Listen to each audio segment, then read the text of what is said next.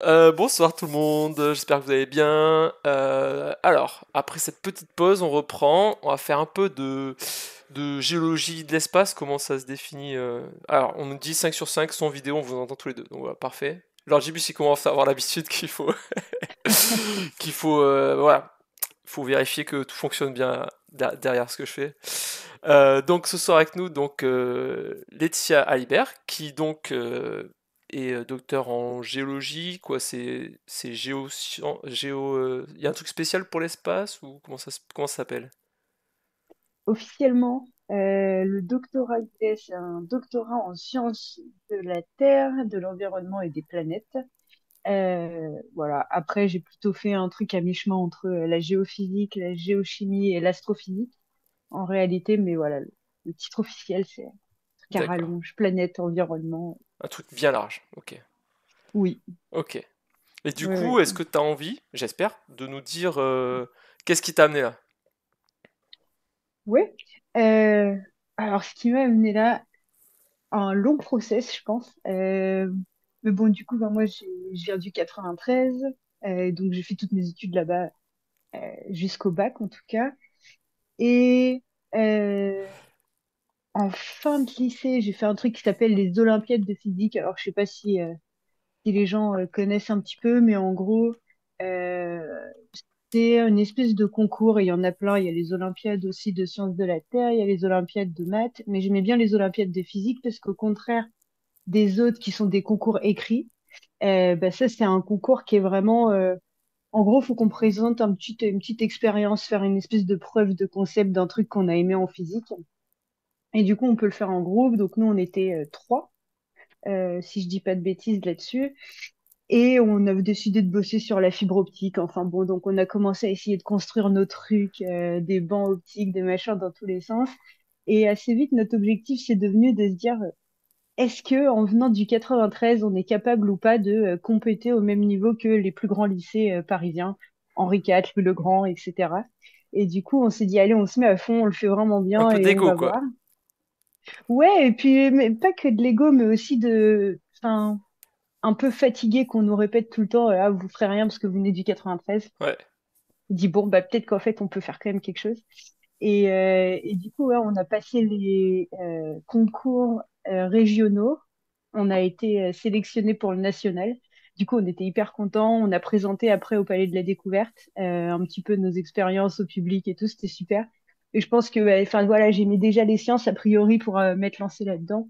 Mais je pense qu'après avoir fait ça, j'étais, ah, il C'était faut que je fasse c'était- de la recherche. c'était en quelle année ça? C'était en quelle année? C'était, je sais pas, j'étais en fin de lycée. Du coup, moi, je devais avoir 16-17 ans et ça devait être il y a 12-13 ans, quoi, comme ça. C'est Je sais marrant pas, parce j'ai qu'en passé le bac. 2012, j'ai assisté par hasard au Palais de Découverte aux Olympiades de physique. Donc Ah, peut-être que j'ai ah, mais regardé que j'étais dans le public. Tu sais, après tu fais exposition devant le jury et puis après t'as exposé devant le jury et puis après tu as ton stand et il y a les gens qui viennent voir, ils te posent des questions, tout ça. Et par ouais, hasard, une fois où je préparais une sortie scolaire au Palais de Découverte, ce qui montre que je suis quand même bien vieux, où toi t'étais encore lycéenne et où moi j'étais déjà prof. Et du coup j'avais,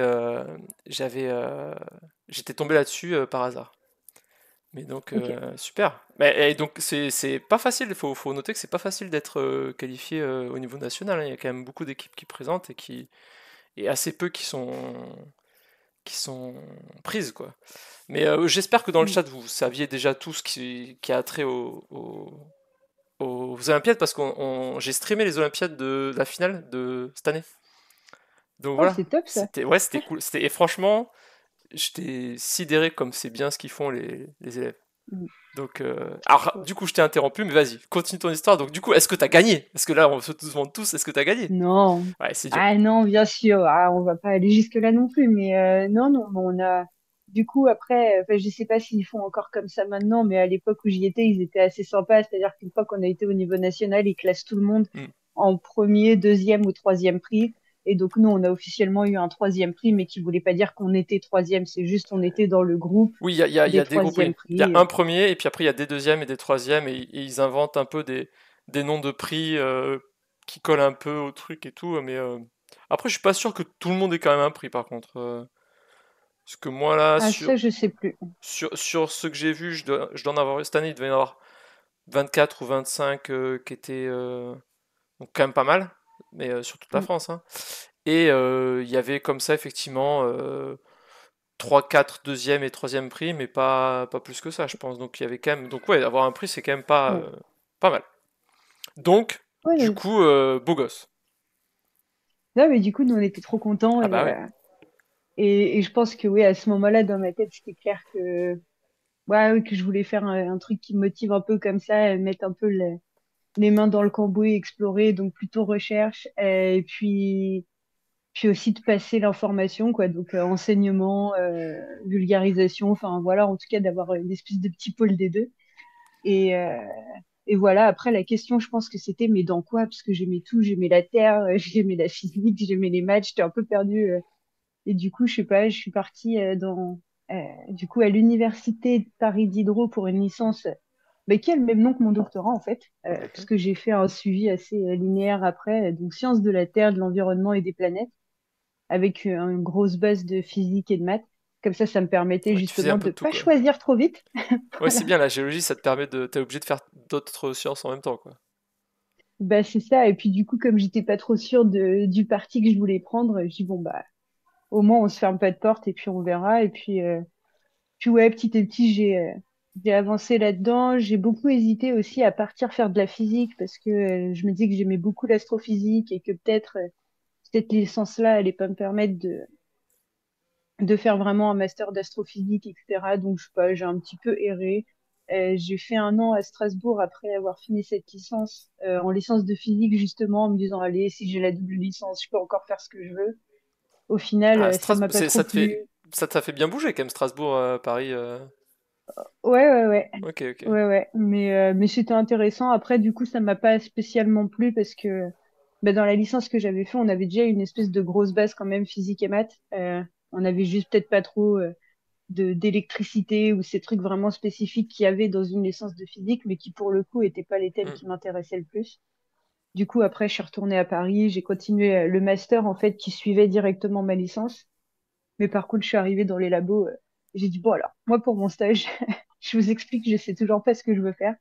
Du coup, j'aimerais bien essayer de trouver un sujet très pluridisciplinaire où on peut faire un peu de la Terre, un peu des planètes, un peu d'astrophysique et un peu de chimie. Voilà, comme ça, pas chiante. Euh, et puis bah, ça a marché en fait. Il y avait des gens qui étaient intéressés par explorer des sujets comme ça, donc c'était cool.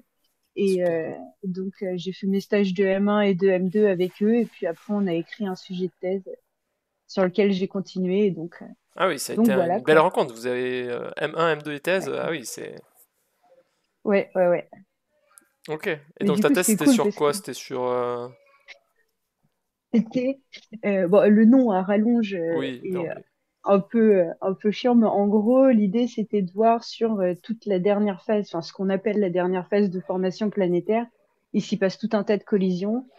Et donc l'idée c'était de construire un modèle qui couple à la fois de la géophysique, de l'astrophysique et de la chimie pour voir comment ces collisions affectent la composition chimique de la Terre pendant qu'elle se forme, quoi. Ok. Et donc voilà, voilà. Et donc après de voir si on peut comprendre bah, quels corps ont formé la Terre. Est-ce que dans les météorites qu'on reçoit, on trouve des équivalents? Est-ce qu'on peut raconter une histoire avec ça? Enfin, Ouais, parce qu'après, du coup, tu veux faire même le chemin inverse en mode, bah, du coup, si je connais la composition, je peux essayer de comprendre qu'est-ce qui s'est passé mécaniquement et tout ça, quoi. c'est ça. L'idée, c'était vraiment d'essayer d'avoir une espèce de feedback, de retour entre les deux et ouais, d'essayer de trouver un modèle qui fonctionne avec toutes les espèces d'observables qu'on a, quoi. Que ce soit des observables physiques ou chimiques, quoi. Voilà, un truc qui fonctionne, prenant tout en Ok. compte. Ok, super. Voilà, c'est le jeu. Alors, première question, tu dois être super hype au retour de l'échantillon chinois. Question de Lord Gibus. Est-ce que... Donc, l'échantillon chinois, donc on parle de l'échantillon lunaire. Ouais. Est-ce que tu Bah vas pouvoir là, travailler dessus? Tu t'as déjà essayé non. de brancher des gens ou Alors non. t'es Pour pas le assez coup, chinoise? Non, même pas. Mais en plus, pour ces trucs-là, il y a toujours des espèces d'appels à Hmm. projets où on écrit des petits proposals de quelques pages et on essaye d'avoir un bout d'échantillon. C'est pas trop le problème. Le truc, c'est que pour le coup, moi, je suis vraiment, bah, on le verra un peu plus après, mais au départ, je suis vraiment une modélisatrice. Donc moi, mon outil, c'est l'ordinateur euh, et le papier et le crayon, voilà, Mais pour du faire des coup, petits. pour tes modèles, tu vas attendre Mm. qu'il y ait quelqu'un qui vienne publier des résultats, et après, tu vas te servir des résultats pour affiner des modèles ou tout comme ça ou en créer d'autres. Exactement. Ok. Exactement. Sous réserve, bien sûr, que les résultats du coup qui en sortent soient des choses avec lesquelles je peux comparer, parce que des fois, en fonction des analyses qui sont faites et des données qu'on a, c'est pas forcément des choses que je vais pouvoir comparer moi avec les outils que j'ai. Donc Hmm. voilà, ça dépendra toujours de ce qui va en Mais sortir, à il va quel pas y moment, avoir et un voilà. million de résultats, parce que j'imagine qu'il y a 1000 chercheurs qui veulent travailler sur le truc, non? Ouais, ouais, ouais. En Du coup, général, sur il y le a tas, tu vas plutôt bien en beaucoup avoir de un monde. qui va te faire l'élément que tu cherches ou qui va. Oui, sur la Lune, en plus, oui, Oui, plutôt. Je ça va pense peut-être qu'il pas y a arriver dans la seconde, mais à terme, j'imagine que tu dois pouvoir trouver quelqu'un qui va. Oui, non, c'est sûr. En plus, là, pour les problématiques qu'on a, les questions qu'on se pose, à mon avis, il va y avoir des équipes dessus sur des choses qu'on pourrait tester Ok, et valider. ok. Mais, mais du coup, je suis pas moi directement en train de réfléchir à les contacter pour avoir un petit morceau, hein. Ouais, ouais, toi, t'attends que les autres aient fait ce taf-là pour faire le travail après. C'est ça, Ça, on exactement. trouve les expériences et puis après, on trouve les explications. Toi, tu trouves les explications. Ah, Ouah, tu les c'est, cherches. Tu les cherches. oui, et c'est un travail d'équipe. Oui. Euh, Ouais, Ceux qui font les mesures aussi, c'est eux qui les comprennent le mieux pour le coup, et donc ils donnent déjà une espèce de cadre dans lequel ça peut fonctionner. Et après, l'idée, c'est nous, qui ont fait de l'astrophysique par derrière, bah, d'aller se caler aussi sur ce cadre et de voir si ça fonctionne, comment on peut l'expliquer physiquement, etc.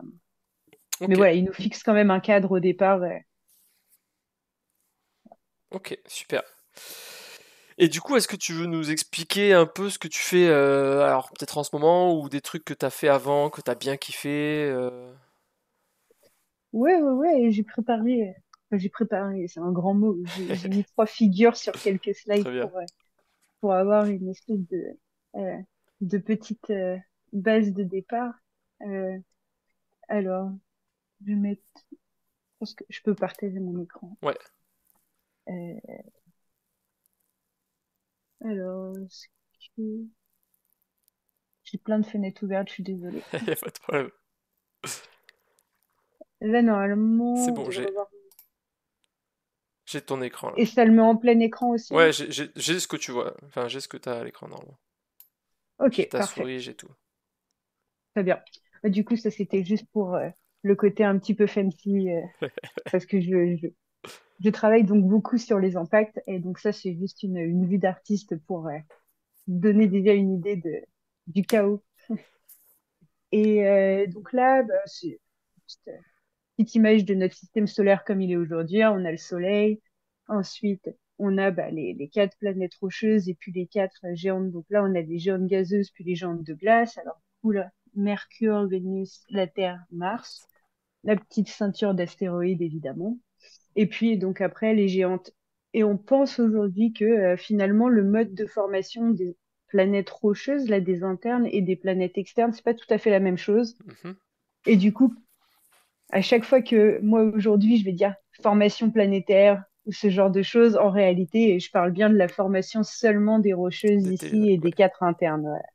Juste que ce soit clair, voilà. Donc ok. je m'intéresse seulement à ces quatre planètes ici.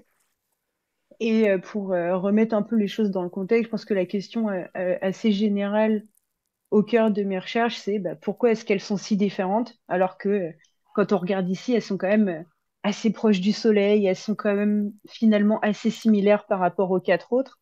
Mais Pourquoi elles dès sont qu'on va différentes les entre elles regarder, ou différentes des gazeuses? oui, pourquoi elles sont différentes entre elles? Ok. Donc typiquement là, Mercure, on le voit pas ici, mais Mercure a un très gros noyau métallique, alors que les autres ont un noyau métallique aussi, mais beaucoup plus petit en proportion. Vénus a une atmosphère, on n'a vraiment pas envie d'y vivre, mais alors vraiment, vraiment pas. Alors que la Terre, on a plutôt quelque chose qui est actif tectoniquement. On a des océans liquides à la surface, on a une atmosphère qui est respirable, toutes les conditions propices à la vie. Et puis Mars, on a un truc qui, ouah, on aime bien l'appeler le petit embryon planétaire qui a pas fini de grossir, quoi. Ok. C'est- Ouais, C'est, c'est c'est- un c'est- espèce. j'ai pas d'ordre de grandeur, mais c'est à peu près à l'échelle en termes de taille de planète là? Oui, Ah ok, oui, oui. Là, je les voyais tailles sont pas à Vénus l'échelle. beaucoup plus grosse que Mars en fait, mais ok, je savais pas. C'est c'est du coup là, on est vraiment à l'échelle en termes de taille, pas en termes de distance, Oui, sinon on voit mais en rien. termes exactement. Mais pour les tailles, on est à l'échelle. Si, Mars est vraiment très petite et puis Vénus finalement c'est la planète sœur de la Terre, quoi. Ce qui est d'ailleurs une grosse question des sciences planétaires aujourd'hui.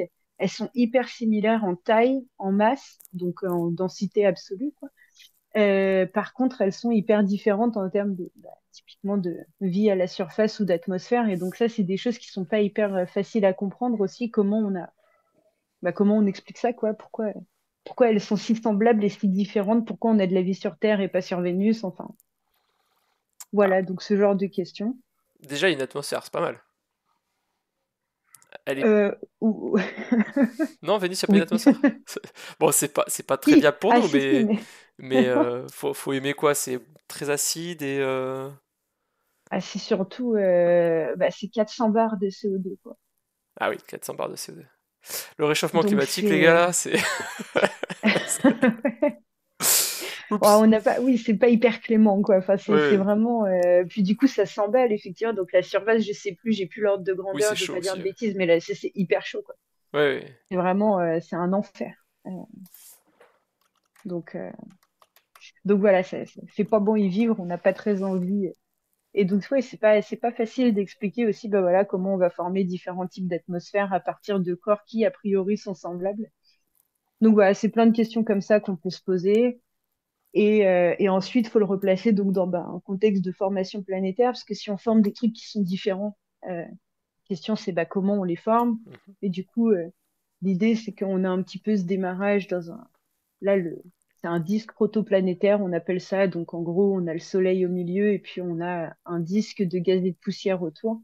Alors c'est une vue d'artiste ici, bien sûr, qui est faite par la NASA, mais dans lequel on va avoir du coup effectivement un peu de gaz, un peu de grains qui commencent à se former et qui petit à petit vont aller former des planètes. L'idée, c'est ça. Et finalement, si on regarde un peu plus dans le temps, je voulais mettre la belle image pour qu'on voit à quoi ressemble un disque, mais en gros, l'histoire, c'est voilà, on a une nébuleuse quelque part dans l'univers, donc un nuage là de gaz et de poussière qui va être énormissime et qui va être assez instable gravitationnellement et du coup très localement, il va pouvoir s'effondrer. Donc ça veut dire on va pouvoir avoir des effondrements ici, là ou là. Et à chaque effondrement qu'on a, on va former le fameux disque qu'on a vu juste avant.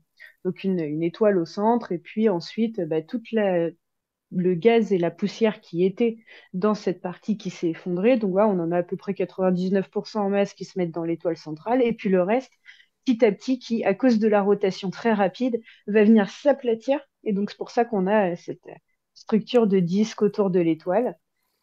Et ensuite, bien sûr, ce truc-là, il est très très chaud au départ à cause de l'effondrement et de toute l'énergie qu'on a mis dedans, mais il va se refroidir. Et quand il se refroidit, on va commencer à former les premiers solides. Et petit à petit, jusqu'à arriver aux éléments les plus volatiles. Typiquement, l'eau, on va le rendre solide, hein. Voilà, c'est le passage de l'eau gazeux ou liquide. Ça va être à des températures qui vont être beaucoup plus faibles que ce qu'on va avoir pour le fer, par exemple, ou pour l'aluminium, le calcium. Et donc voilà, petit à petit, dans le temps et à des endroits différents, on va former différents éléments chimiques qui vont faire des petits grains, qui vont avoir envie d'aller se coller les uns aux autres pour former des trucs un peu plus gros, qui vont eux-mêmes former des trucs encore plus gros. Et là, c'est ce qu'on commence à voir qui se passe dans ce disque ici. On a l'impression qu'on a des trous, des endroits où on n'a plus trop de matériel. Mm. Et en fait, ces endroits-là, ça correspond à ce qu'on appelle des espèces de trous de pression dans le disque.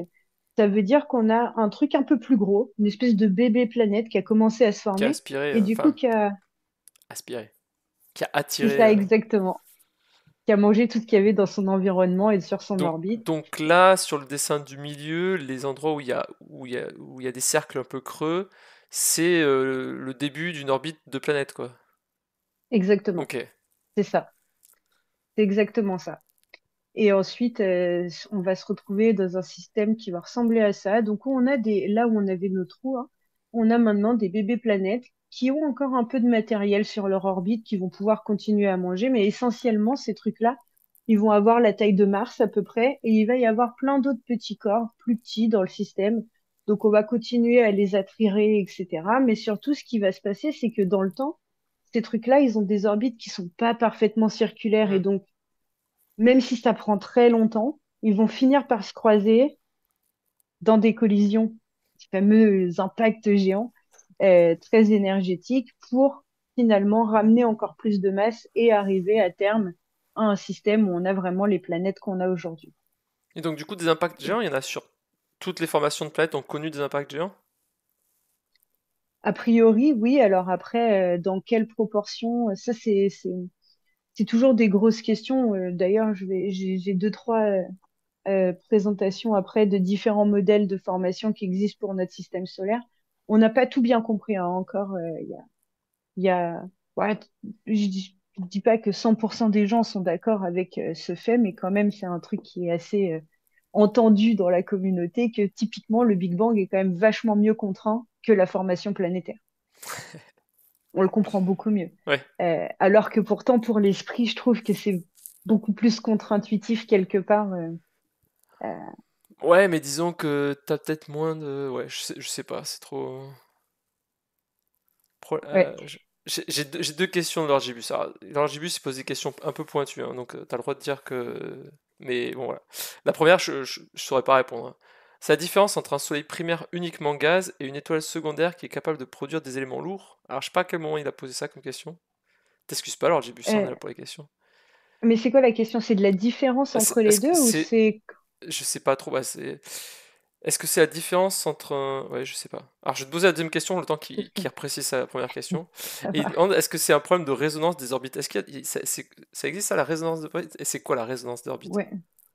Alors, les résonances entre les orbites des planètes, c'est typiquement si j'ai un corps qui est assez massif, en fait, plus un corps est massif, plus il va avoir un effet gravitationnel sur tout ce qu'il y a autour, typiquement. Et en fait, l'effet gravitationnel, ils vont pouvoir, comment dire, c'est pas vraiment s'intriquer parce que c'est pas le bon terme, et en plus ça fait référence à d'autres parties de la physique où ça se passe pas quand même, mais enfin, ils vont pouvoir un peu s'envoyer voilà des espèces de feedback et réagir entre eux. Et typiquement les résonances, on va pouvoir appeler par exemple une résonance 2-1 entre deux planètes qui autour de leur étoile vont avoir une période de révolution autour de l'étoile qui va être deux fois plus élevée pour la deuxième Ouais, planète que pour l'une la que l'autre, ouais, première, ok. typiquement. Et en fait, ça veut dire qu'elles sont à peu près, enfin, elles sont rangées sur des espèces de horloges, entre Du coup, elles guillemets. se Il y en a synchronisent? une qui va faire un tour. Ouais, c'est ça. Il y en a une qui va faire un tour, l'autre va en faire deux. Et après, un peu plus loin, par exemple, on peut avoir une qui va en faire trois pendant qu'une en fait un, etc. Et donc, il y a différents types de résonance, mais en fait, à cause de à la fois de la gravité de la planète, mais des jeux de gravité entre elles, elles vont pouvoir se bloquer comme ça dans ces orbites-là pour, en fait, c'est des histoires de stabilité d'énergie et de consommation moindre d'énergie hein, qui fait qu'on se cale comme ça. Mais là, du coup, ça veut dire Et que t'as donc, plus du tout le fait que c'est négligeable la gravité des autres planètes autour par rapport à celle du Soleil. Parce que dans le système solaire, enfin, moi j'avais retenu que, en gros, bon, on peut à peu près négliger l'attraction des autres planètes par rapport à celle du Soleil. Mais si t'as ce phénomène-là, du coup, de résonance, c'est plus négligeable du tout? ça dépend de quoi on parle, ça dépend de ce qu'on... En fait, à chaque fois qu'on parle de toute façon de négliger une valeur par rapport à une autre, c'est vraiment, voilà, Oui. euh, relatif par rapport à ce qu'on veut voir. Du coup, par exemple, pour les problèmes de marée, ça va être, euh, ça va être assez peanuts parce que quand on va regarder les marées, par exemple, entre la Terre et la Lune, bah, du coup, on va avoir vraiment un système qui est beaucoup plus rapproché, où on va avoir des effets gravitationnels qui vont vraiment être liés au système et où le reste, finalement, va être assez négligeable. Et donc, voilà, ça va dépendre de plein de choses. Typiquement, dans la formation planétaire, ça va aussi dépendre de l'époque à laquelle on est. Et beaucoup des géantes d'ailleurs, parce que donc là, on regarde surtout ce qui se passe pour les planètes rocheuses qui sont dans le système solaire interne, mais les géantes gazeuses, elles sont hyper massives, surtout Jupiter. Et Jupiter, elle est quand même juste après la ceinture d'astéroïdes, c'est-à-dire qu'elle est pas loin de celle-là. Et son influence gravitationnelle à elle, elle est énorme. Et quand on parle de résonance, par exemple, eh ben, le rôle de Jupiter est hyper impressionnant parce que donc on a les lois de Kepler aussi qui nous disent que la durée, enfin la vitesse à laquelle on va être en rotation autour d'une étoile va dépendre aussi évidemment donc de la, enfin de, de l'air donc de qu'on va Qu'on va balayer. balayer. Oui, Merci. l'air balayé par le segment entre l'étoile et l'astre est toujours constant sur une orbite donnée. C'est Voilà, ça l'idée. exactement. Et du coup, ça implique aussi que donc finalement, bah, notre vitesse de rotation va dépendre aussi de la distance à l'étoile. Et donc typiquement, quand on parle de résonance, par exemple de résonance 2,1 ou de résonance 4,1, peu importe, ça veut bien dire qu'il y a une distance spécifique à l'étoile dans laquelle on va être dans cette résonance-là. Et donc ça va pouvoir exciter aussi les orbites, rajouter une part d'énergie, on va avoir des compensations qui vont se faire. Et typiquement, pendant la formation planétaire, c'est possible que si Jupiter a été un petit peu instable, et ben, à l'endroit où il y avait résonance avec Jupiter, ça ait pu éjecter pas mal de matériaux. Et c'est une des histoires, par exemple, pour dire que Mars est encore petite. Enfin, après, D'accord. j'ai deux, trois slides pour en discuter après aussi, mais c'est un des trucs qui pourrait se passer, justement. Jupiter aurait dégommé une partie de ce qui était destiné à Mars, et c'est pour ça qu'elle serait si petite. D'accord. Voilà. Mais du coup, il y a des jeux de résonance hyper importants dans la formation planétaire. C'est quasiment sûr. Et si on regarde les planètes, même les exoplanètes, par exemple, le système TRAPPIST-1, qui est hyper intéressant parce qu'il y a 7 planètes qui sont relativement similaires à la Terre, finalement, et elles sont toutes en résonance les unes aux autres. Et Ah donc oui. là, c'est vraiment une espèce de chaîne de résonance des 7 planètes. C'est assez incroyable comme système. Et c'est pas facile à former en Ça veut plus. dire qu'elles Donc, sont toutes à une distance, enfin c'est des fondamentales harmoniques. Le premier a une distance 1 et le suivant a 2 ou 3, puis après l'autre a... C'est... ouais, ouais, ouais. Ok. Et du coup, elles sont toutes assez proches. Et après, alors, il y a plein de gens qui partent dans tout un tas de théories fascinantes où ils disent, mais attendez, les planètes sont si proches et si bien alignées, etc., que si jamais il y a de la vie qui s'était développée sur l'une d'entre elles, ça se trouve, il y a carrément un empire. Enfin, voilà. Donc, Genre il y aurait de la vie sur les autres aussi. et oui, et du coup, ils pourraient voyager entre elles parce qu'elles sont très proches et c'est quelque chose qu'on n'a pas vraiment, nous, dans notre système solaire. Là, elles sont vraiment très proches. Il y en a 3, je crois, sur les 7 qui sont dans la zone d'habitabilité. Enfin, voilà. Et du coup, il y a pas mal de gens qui aiment bien extrapoler et se dire, ah, mais ça se trouve, il y a complètement un empire. Bah, c'est Star Wars, le truc. Enfin, voilà. D'accord. Ouais, c'est intéressant. Voilà. D'accord. Et justement, c'était une Mais, question, mais du coup tu viens d'y répondre. Je me demandais si du coup tu te bases pas que sur le système solaire. Du coup, tes travaux, ça se base sur beaucoup de systèmes. alors, mes travaux, non. Mes travaux, jusque-là, c'est que le système solaire. Là, je commence à discuter avec, j'ai des collègues qui travaillent sur les exoplanètes et donc on commence à discuter un peu de ce qu'on pourrait faire, mais moi, je travaille que sur le système solaire.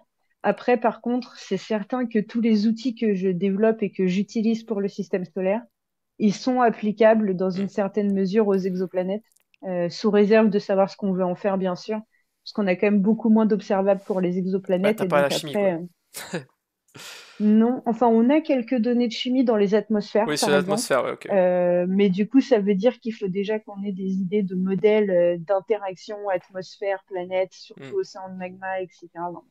Après, c'est des questions plus délicates, mais enfin, voilà, ça suppose déjà de faire une grosse hypothèse de départ ou d'avoir une idée des interactions pour pouvoir interpréter des données d'atmosphère en des modèles de formation planétaire. Donc, Ouais, d'accord. c'est pas non plus direct, quoi. Ouais, Ouais. ok. Donc, voilà, voilà. Il n'y a pas de retour sur la question des étoiles? Non, il m'a pas redit. Donc on verra. Très On bien. verra. Non, il ne m'a pas détaillé sa question sur les soleils primaires et les étoiles secondaires. Alors moi j'ai une autre question. Peut-être ça me fait un peu penser à une question d'enfant, mais je vais te la poser quand même parce que j'ai honte de rien. C'est possible aussi de faire ça avec des étoiles? Des chocs, des impacts? Est-ce que c'est possible de faire des impacts comme ça géants avec une étoile et genre que ça arrache et que ça fasse un peu hein, comme la Lune pour nous, j'imagine. Enfin, je sais pas, mais tu vois, du coup, est-ce que ça, Mm. ça c'est un truc qui est possible? Oui, il y a même des collisions de galaxies carrément qui sont possibles et qui sont faites. Et pour la petite histoire, c'est marrant que tu poses la question parce que il se trouve que la plupart des codes numériques qu'on utilise nous pour faire des impacts planétaires, c'est des codes qui ont été développés initialement pour des collisions stellaires ou galactiques par des gros groupes d'astrophysique dans le monde. D'accord, Mais ça voilà, et qui fonctionne ensuite ont été grosso modo de la adaptés. même façon. C'est juste plus gros, quoi. Ouais, bon, il y a quand même des différences fondamentales, notamment sur les équations d'état, donc la thermodynamique, parce qu'on ne traite pas les mêmes matériaux, on n'a pas non plus les mêmes pressions et les mêmes températures, et donc Ouais. forcément, il faut adapter tout un tas de Et c'est pas choses. les mêmes éléments Mm. aussi, j'imagine? Parce que la Non, c'est pas nécessairement. Mm. composition d'une étoile, c'est pas tout à fait la même que celle des planètes. Non, après, alors, la composition chimique, elle va jouer essentiellement donc pour la thermodynamique. Faut qu'on ait quelque chose quand même qui Hmm. réagisse en fonction. Voilà, si on a du fer pur, on va pas du tout avoir la même réponse à la pression et à la température que si on a de l'eau.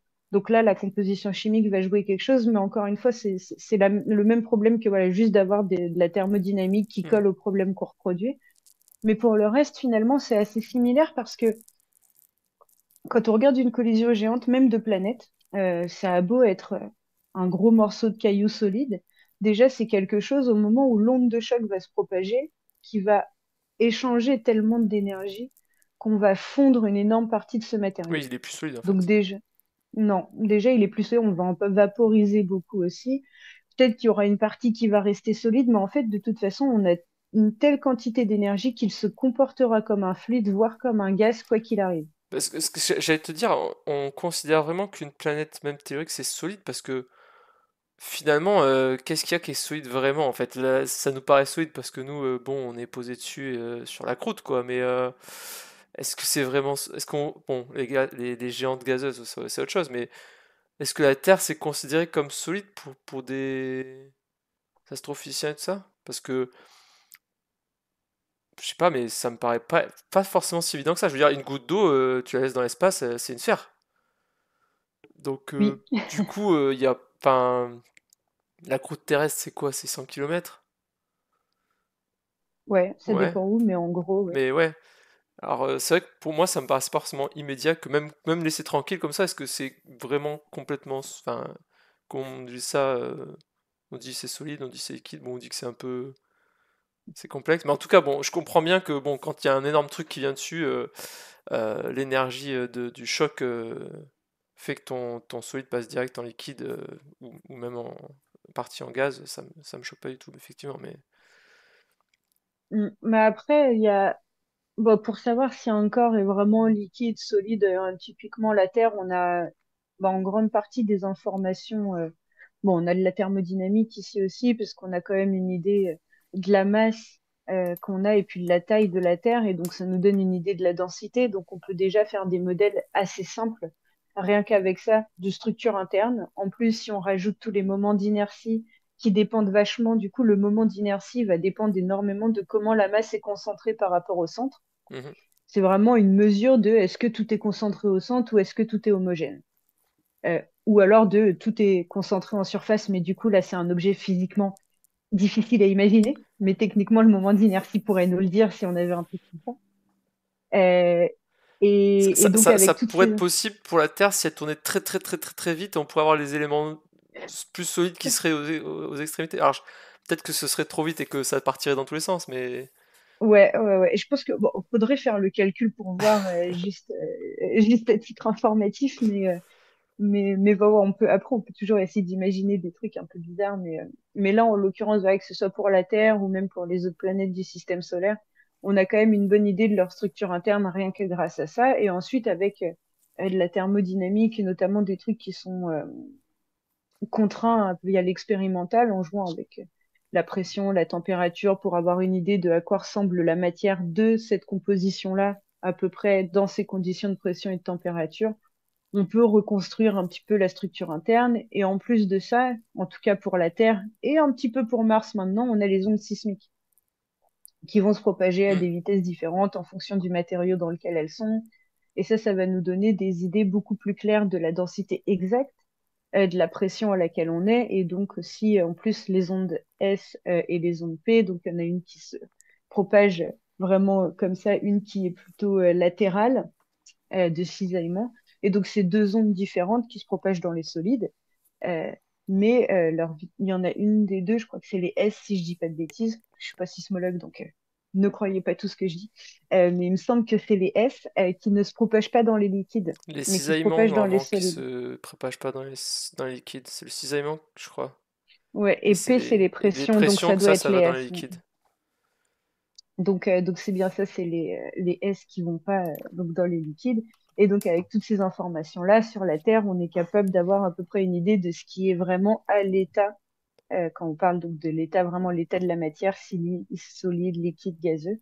Et donc ça, on le sait assez bien sur Terre. Et a priori, à part les océans et le noyau externe, tout est solide quand même sur Terre. Ça, Ok, voilà, on le sait bien, c'est bien contraint. ok, Voilà, ok. Alors attends, est-ce que j'ai un voilà. truc? Un gros pavé?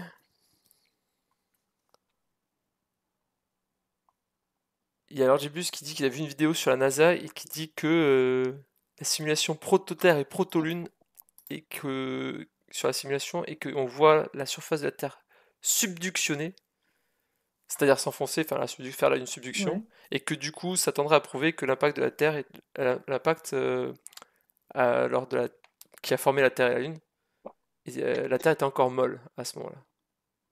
Est-ce que tu confirmes? Ou est-ce que j'ai mal traduit ce qu'il a dit et du coup t'as rien compris à ce que je viens de dire? Mais je sais pas ce que ça veut dire. La Terre était encore molle à cet état-là, mais on a beaucoup d'histoires. Alors, il y a vraiment des trucs qui sont assez fascinants dans le domaine, qui posent tout un tas de questions. Parce que la formation de la Lune, donc la raison pour laquelle on pense que c'est fait par un impact, euh, c'est venu des échantillons Apollo d'abord, parce que quand on a mesuré les isotopes, notamment de l'oxygène, en fait, on s'est rendu compte que c'était très très similaire au manteau terrestre. Et il y a d'autres éléments qui sont très différents, mais en tout cas, cette similitude dans les isotopes de l'oxygène, c'est difficile à expliquer si la Lune n'est pas un morceau de terre. Un morceau de terre qui a été modifié parce qu'on a d'autres différences, notamment dans les compositions en éléments volatiles, etc. Mais en tout cas, si c'est pas originaire du même endroit, qu'il n'y a pas un point commun, une espèce d'ADN forte entre les deux similaires, et ben c'est difficile à expliquer. Donc ça, c'était l'argument pour dire peut-être qu'en fait la Lune, elle est formée par impact, qu'on a un truc de la taille de Mars qui vient percuter la Terre, qui éjecte du manteau de la Terre, et que ce truc-là, ce manteau, va ensuite se réaccréter ensemble pour former la Lune. Ensuite, ça s'en est suivi tout un tas de problèmes, hein, parce que à l'heure actuelle, il y a toujours personne, moi y compris, parce que j'ai essayé aussi, qui n'est capable de reproduire un impact numériquement qui donne à la fois les conditions orbitales dans lesquelles on a la Lune et la Terre aujourd'hui, c'est-à-dire qu'on ne se retrouve pas avec du moment d'inertie en quantité indécente et pas physique par rapport à ce qu'on observe aujourd'hui, mais qui éjecte bien de la Terre et pas de l'impacteur. C'est-à-dire qu'aujourd'hui, on sait former la Lune par impact si on le fait avec le matériau de l'impacteur. Mhm. Donc de l'espèce de planète qu'on appelle Theia d'ailleurs, comme mon chat pour la petite histoire. Parce qu'il faut bien être un peu nerd des fois. Ouais, ouais. Euh, mais voilà, et donc ça, personne ne sait le faire. Donc après, ça a donné lieu à tout un Le tas problème, d'autres c'est que choses. ça donnerait trop d'énergie, c'est ça? C'est la Lune, elle aurait trop d'énergie pour rester dans l'orbite, c'est ça? Ou elle tournerait beaucoup plus Elle, vite, ou c'est ça, c'est surtout que, et même la Terre, en fait, la Terre tournerait elle aussi beaucoup plus vite. Elle aurait beaucoup trop de momentum, quoi, de moments d'inertie. cinétiques Ouais. et d'inertie aussi. Enfin, Et du coup, donc, enfin, c'est des vrais problèmes en formation planétaire. Et donc, après, il y a des tas de gens qui sont arrivés avec des modèles beaucoup plus exotiques dans les dernières années, avec des impacts très, très énergétiques. Alors là, on fond et on vaporise encore plus. Et on forme une espèce de disque de plasma dans des conditions thermodynamiques pour le coup très très très exotiques. Et ils nous disent, alors là, ils créent un momentum de dingue, mais ils nous disent pas de problème avec la friction entre les éléments, on arrive à calmer tout ça. La Terre revient sur une orbite très très calme, puisque la Terre, elle est une orbite quasiment Sphérique. circulaire autour du Mhm. Soleil. Et donc ça veut dire très peu d'énergie finalement. Bon, voilà, donc il y a ça. Puis il y a des gens qui disent, bah, Theia, donc cette fameuse planète, eh ben, au lieu d'avoir la taille de Mars, elle était peut-être 4 fois plus grosse. Et si elle était 4 fois plus grosse, bah, peut-être que ça marcherait. Et en particulier, ça pourrait expliquer que ce truc-là, s'il était un tout petit peu plus dense que le manteau de la Terre, il va fondre, il va se mettre à la fin tout en bas du manteau de la Terre, quasiment collé au noyau ou collé au noyau en tout cas. Et puis ça, comme ça crée des différences de densité, bah, ça va générer la tectonique des plaques, en fait. Et donc c'est l'impact qu'a formé la Lune qui fait que on met en place la tectonique des plaques dans un manteau qui est, même s'il n'est pas complètement fondu et qu'il est que partiellement fondu, bah voilà, on arrive quand même à mettre en place un mouvement de convection complet dans tout le manteau de la Terre. Donc voilà, je ne sais pas exactement ce que cette histoire de terre molle relayée par la NASA traduit, mais en tout cas, il y a tout un tas de scénarios exotiques Oui, il y qui a vont avec. plein de possibilités qui sont pas encore, qui sont pas encore... Et c'est toutes des possibilités sur une collision? Il n'y a pas des gens qui se sont dit, tiens, peut-être s'il y a plusieurs collisions, qu'est-ce qui se pourrait se passer? Si, mais alors c'est pas forcément les mêmes questions qu'on se pose, parce qu'il y a toute une question de timing aussi qui est importante dans la formation planétaire. Aujourd'hui, je pense qu'il y a plus personne qui a de doute sur le fait qu'il n'y a pas eu qu'une collision, et qu'il y a eu plusieurs collisions géantes. Alors après, les chiffres varient, hein. On a plein de, encore une fois, on a différents scénarios d'accrétion planétaire, de formation planétaire aujourd'hui, hein. Euh, Pas grand monde qui est d'accord. Quoique là, on commence depuis peut-être un an ou deux à arriver sur quelque chose qui ressemble à un consensus, mais enfin, faut pas s'emballer trop vite non plus. Mais ça pourrait commencer à ressembler à un consensus. Mais jusque-là, on a eu tout un tas de scénarios pareils, des scénarios plus exotiques que d'autres. On a eu le fameux Grand TAC qui a fait beaucoup de bruit quand il est sorti parce que c'est un scénario qui implique, qui dit, bah voilà, en fait, pour réexpliquer le système solaire tel qu'il est aujourd'hui, on doit avoir Jupiter et Saturne qui se forment, migrent vers l'intérieur. Du coup, comme elles sont hypermassives, ça fout un sacré bordel là-dedans.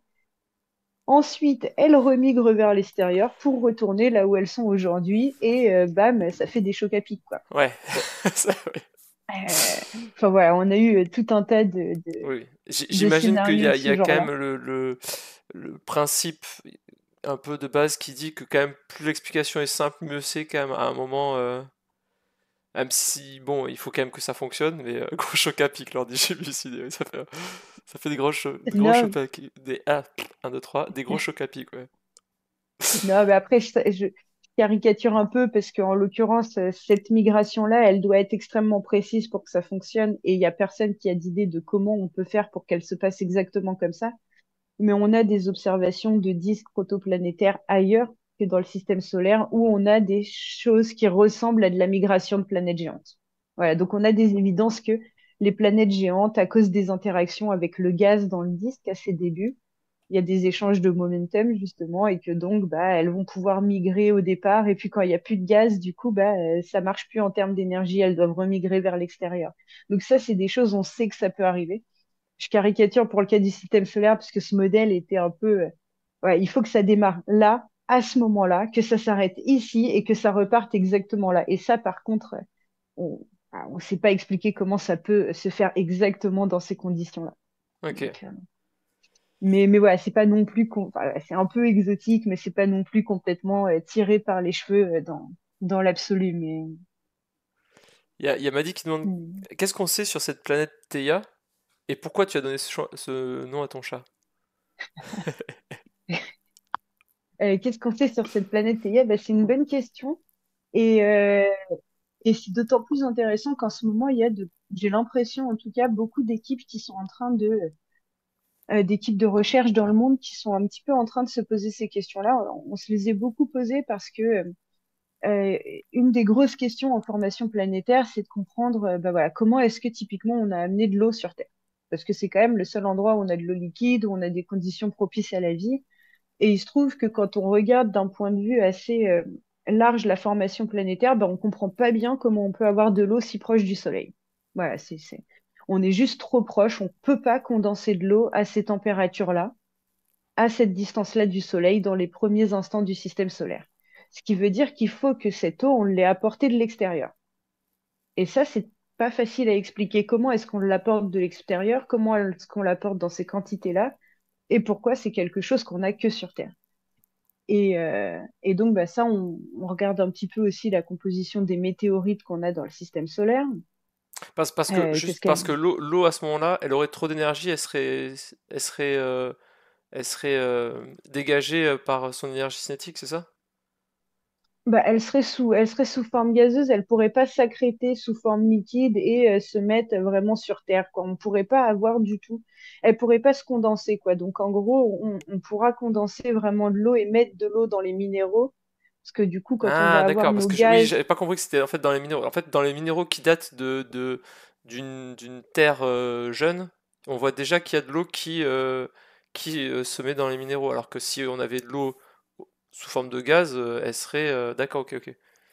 ouais, il resterait dans Oui, le je comprends. Parce que système. c'est ça, je Et comprenais, bon, j'étais, ah bah, l'eau, elle pouvait être sous forme de gaz et maintenant elle reprécipite, mais oui, ouais, tu parles de qu'on en détecte dans les minéraux qui datent de l'époque mm. d'époque bien plus Ben, c'est ça, vieille. parce qu'en réalité, dans le disque protoplanétaire, pendant les 5 premiers millions d'années, on a du gaz un peu partout. Et là, donc, rien n'empêche d'avoir de l'eau sous l'état, sous forme gazeuse proche dans le système solaire interne. Mais ce qui va se passer, c'est qu'on va avoir un phénomène de photoévaporation, on appelle ça, qui fait que le gaz, en fait, va disparaître sous forme de jet dans le disque autour du Soleil. Et donc, il faut former, pour garder de l'eau dans le système solaire, ou n'importe quelle espèce gazeuse, hein, mais l'eau en particulier, eh ben, il va falloir la condenser et donc la mettre dans des minéraux et la sauvegarder dans les minéraux. Et pour faire ça, bah, malheureusement, il faut être à des... Enfin, malheureusement. En tout cas, il faut être à des distances du Soleil ou à cette époque-là, il y fait pas trop chaud pour pouvoir la condenser.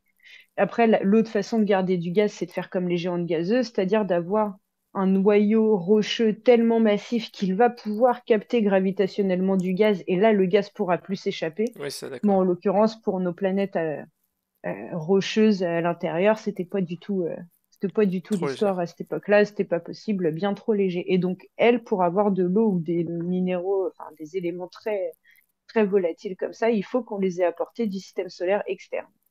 Ouais. Et donc ça, c'est une des questions. Comment est-ce qu'on l'a fait? Pourquoi est-ce qu'on a ça sur Terre et pas forcément sur d'autres planètes? Et donc c'est là où Theia, cette fameuse planète de l'impact lunaire, bah, apporte peut-être une réponse. Il y a Hmm. de plus en plus d'équipes dans le monde maintenant qui disent, bah, en fait, les volatiles, ils viennent pas de plein de petites météorites qui ont formé la Terre très tôt, mais elles viennent de un impact très tard dans l'histoire, qui est l'impact qui a formé la Lune.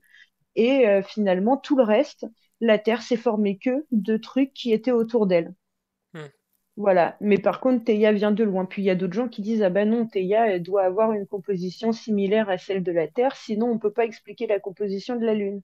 Du coup, il faut que ces volatiles soient venus de trucs beaucoup plus Hmm. extérieurs au système solaire, peut-être plus petits, peut-être d'autres impacts. Et donc voilà, donc il y a une grosse discussion sur la composition de ce truc-là. Et c'est pas encore résolu, hein, il y a encore débat.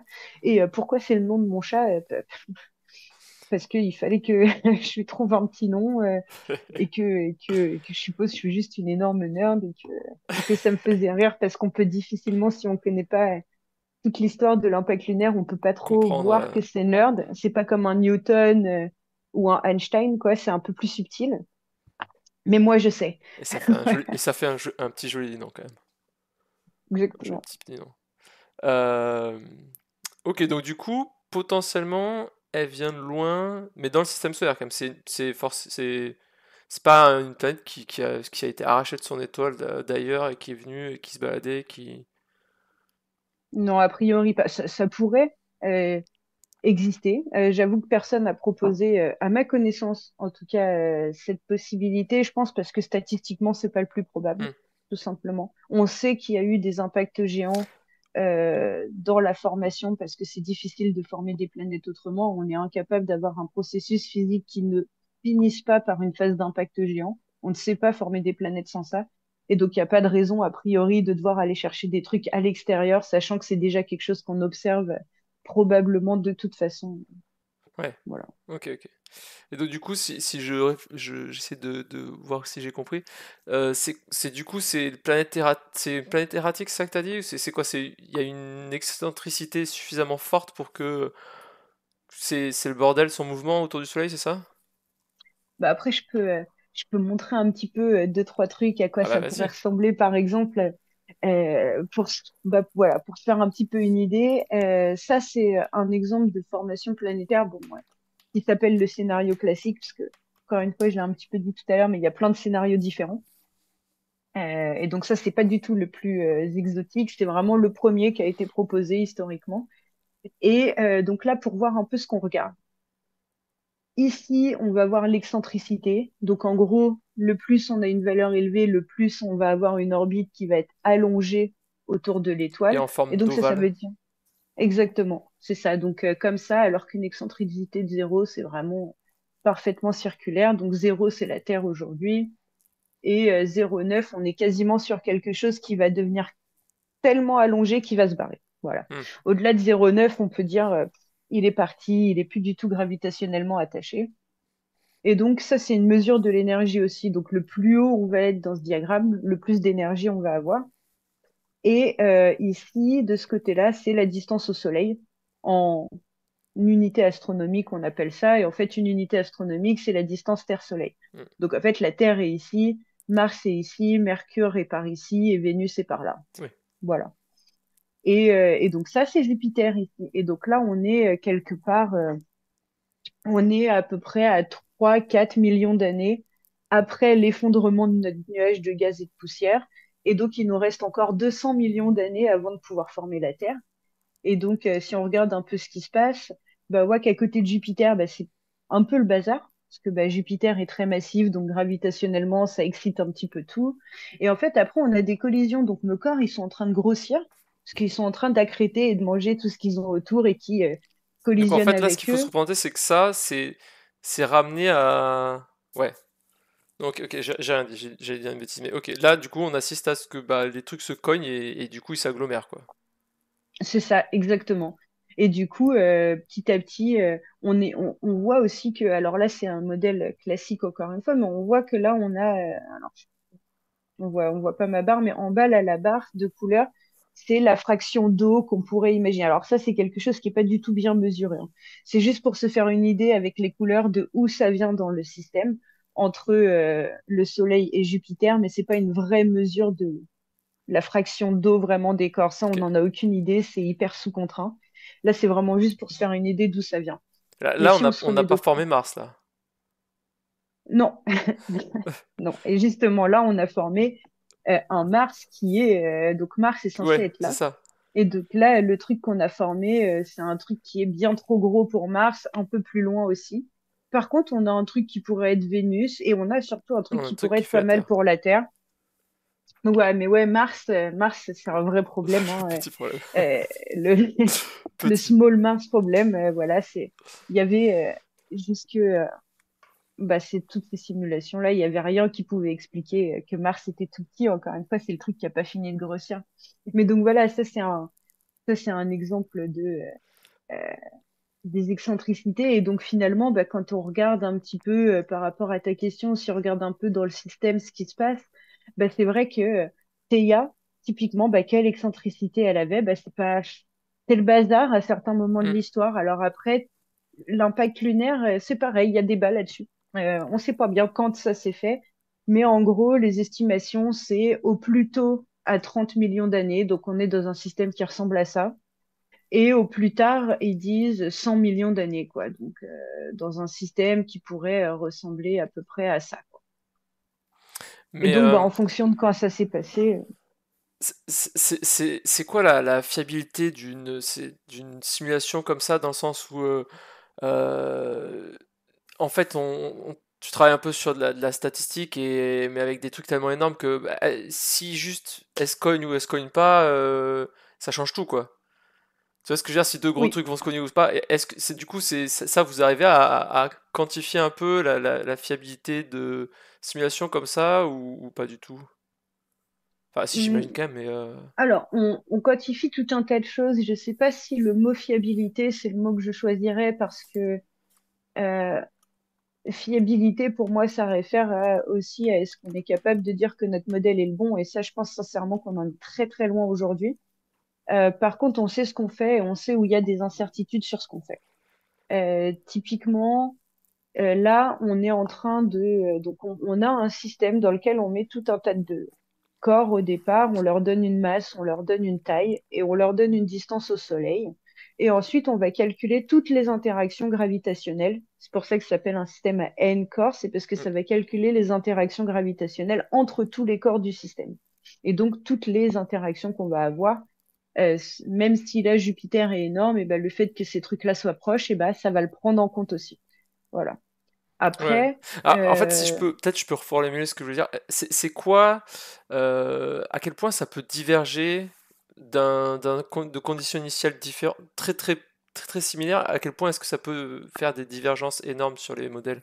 C'est peut-être un peu plus ça. Parce qu'en fait, je comprends bien que, bien sûr, vous n'avez pas fait n'importe quoi et vous n'êtes pas dit, bon, je vais coder ça avec les pieds, et Mais du coup, à quel point, du coup, euh, quand juste tu dis, bah ok, je vais dire que le truc, au lieu d'être là, il est juste un tout petit peu là, puisqu'il faut bien partir de quelque part au départ, et qu'il n'y avait personne pour prendre des photos, donc voilà. Et du coup, à quel point ça peut faire diverger les modèles d'avoir justement des conditions comme ça qui sont pas très différentes. bah alors, quand on regarde des trucs pas trop différents, on va avoir des distributions de planètes qui vont vraiment suivre une répartition très précise. C'est-à-dire qu'on va pas trop diverger. Alors, on va peut-être former une Terre qui va être enfin, qui va être 80% de sa masse une fois et puis 120% de sa masse une autre fois. Mais voilà, on est sur des ordres de grandeur où on va quand même trouver quelque chose qui va être toujours similaire. Ok, Dans ces trucs-là, par exemple, avec ce modèle-là, jamais Mars a été assez grosse ni trop grosse. Mars est ok, systématiquement trop petite.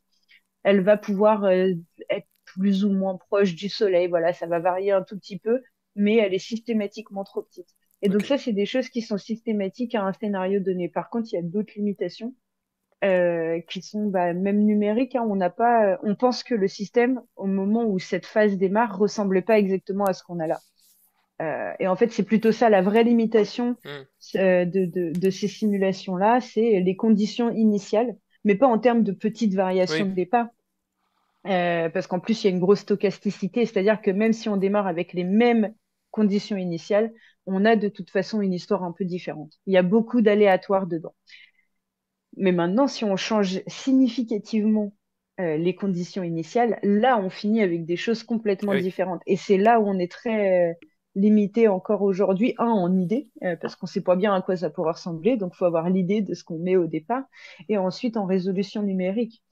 Ce qu'on pense, c'est qu'il y avait beaucoup, beaucoup, beaucoup plus de corps dans cette population initiale que ce qu'on est capable de nous reproduire. Sinon, on aurait des temps de calcul. À la fin de Ouais. notre vie, le modèle sera encore en train de calculer, quoi. Oui, Donc à un voilà, on est moment, obligé de faire des... de faire des choix et de Voilà, partir un peu après, quand les corps ont c'est commencé à ça. s'agréger. Et Mm. je viens d'avoir une idée, là, je me demande, hein, tu vas me dire sûrement non, mais est-ce qu'il y a des gens qui ont essayé de faire l'inverse et de modéliser dans l'autre sens, de partir de maintenant et d'essayer de remonter en mode créer les impacts et reprendre qu'est-ce qui a pu pour essayer de retrouver qu'est-ce qui pouvait donner ça, retrouver l'instant initial. Plutôt que de partir de un instant initial deviné et essayer de retrouver ce qu'on a maintenant, essayer d'avoir une méthode pour partir de ce qu'on a maintenant pour essayer que le modèle donne l'instant initial. C'est pas faisable ça? Non, a priori, c'est pas faisable parce qu'encore une fois, il y a beaucoup d'aléatoires et c'est-à-dire qu'on va pas avoir qu'une solution possible. En Hmm. fait, si on partait à l'inverse, ça voudrait dire, voilà, en gros, j'ai Mercure, j'ai la Terre, j'ai Vénus et j'ai Mars et moi, je veux reproduire un truc comme ça. Mais en fait, il y a une infinité de façons d'avoir la masse de la Terre et l'excentricité de la Terre Hmm. en une collision. Parce que revenir en arrière, ça voudrait dire, voilà, j'ai un truc, je vais à la collision d'avant et ainsi de suite et ainsi de suite. Mais en fait, il y a rien que pour une protoplanète ou une planète, il y a une infinité d'impacts qui pourraient donner ça. Et donc après, a fortiori, plus on se Oui. rapproche du début et plus on se retrouve avec Sur le premier impact, on quelques... a une petite divergence et à la fin, on aurait des divergences qui seraient énormes avec la réalité, quoi, entre les différentes C'est possibilités. ça, c'est ça. Du coup, il vaut mieux démarrer du départ. Au moins, on sait ce qu'on observe physiquement. On ne sait pas de quoi on part. On ne sait pas si on a raison sur le point de départ et on sait qu'il y a une petite variation aléatoire. Mais au moins, on sait vraiment ce qu'on observe, quoi. Ouais. Attends, j'ai une question.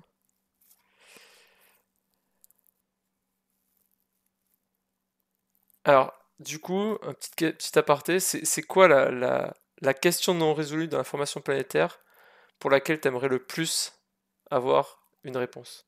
Si tu devais t'as un génie en face de toi, il va te répondre à une question. Tu poses quelle question? C'est une question très intéressante et je pense que je dois être bizarre parce que je pense qu'il y a probablement la réponse que je donnerais à cette question varierait dans le temps en fonction de probablement ce que je suis en train de rechercher, etc. Là, en ce moment, je pense que la grosse question que j'aurais envie de poser, c'est est-ce que quelque part dans la ceinture d'astéroïdes, on a des morceaux de bébé Terre? Est-ce que, en gros, il y a une des collisions qui s'est passée dans le passé, qui a éjecté un morceau de bébé Terre, et qu'on en a des échantillons aujourd'hui dans la ceinture d'astéroïdes et qu'on ne le sait pas? Voilà. D'accord. Oui, je sais, c'est pas très Mais c'est très excitant comme précis. ça, mais Non, mais si, eh ben, c'est marrant parce que c'est très précis. On aurait pu croire que oui. t'avais préparé le truc et tout. Donc, du coup, le réveil sous la douche le matin, ça. Quand même, ça serait marrant qu'il y ait des petits bébés terres qui se promènent dans la ceinture d'astéroïdes. Je- Mais non, mais j'ai commencé à me poser la question récemment parce que il y a peut-être deux, trois échantillons de météorites qui pourraient ressembler, enfin bon. Et, euh, et c'est vrai, du coup, j'ai commencé à faire ma bibliographie, à chercher là-dessus, et je dis, mais c'est quand même fou que je trouve rien là-dessus, quoi. Personne s'est posé la question. Enfin, je comprends pas, quoi. Et j'arrive rien à trouver là-dessus, alors que quand on regarde les modèles astrophysiques, des collisions, on en a, on sait qu'on perd une quantité de matériel de dingue au cours de tout ce processus de formation. Il y en a un peu qui va être réaccrété, il y en a un peu qui va être éjecté, mais il y en a forcément qui finit quelque part ailleurs et probablement dans la ceinture d'astéroïdes. Et du coup, voilà, c'est un peu ma question du moment, juste parce que ça me tue que je trouve pas la littérature là-dessus. D'ailleurs, si quelqu'un dans ce chat, par hasard, en a entendu parler, mais donnez-moi les références, quoi. qui dans le chat est un expert, un autre expert dans les impacts géants et dans qu'est-ce qu'on peut trouver en astrophysique et tout ça, qu'il parle maintenant ou se taise à jamais. Euh, Attends, j'ai un autre truc qui vient d'arriver. Ça fait Attends. Euh,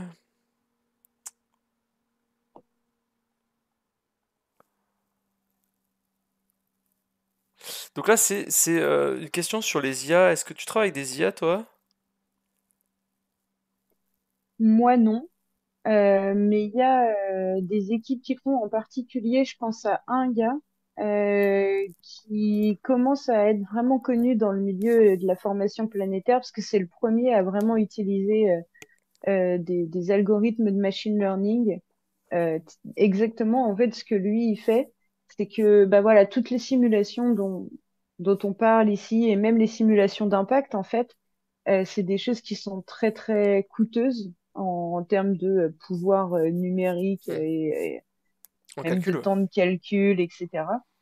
Et donc, lui, ce qu'il fait, c'est qu'il développe des modèles entiers basés sur du machine learning pour essayer de prédire les sorties de simulation de toutes les gammes de paramètres qu'on ne peut pas étudier à partir d'apprentissage sur toutes celles qu'on a déjà étudiées.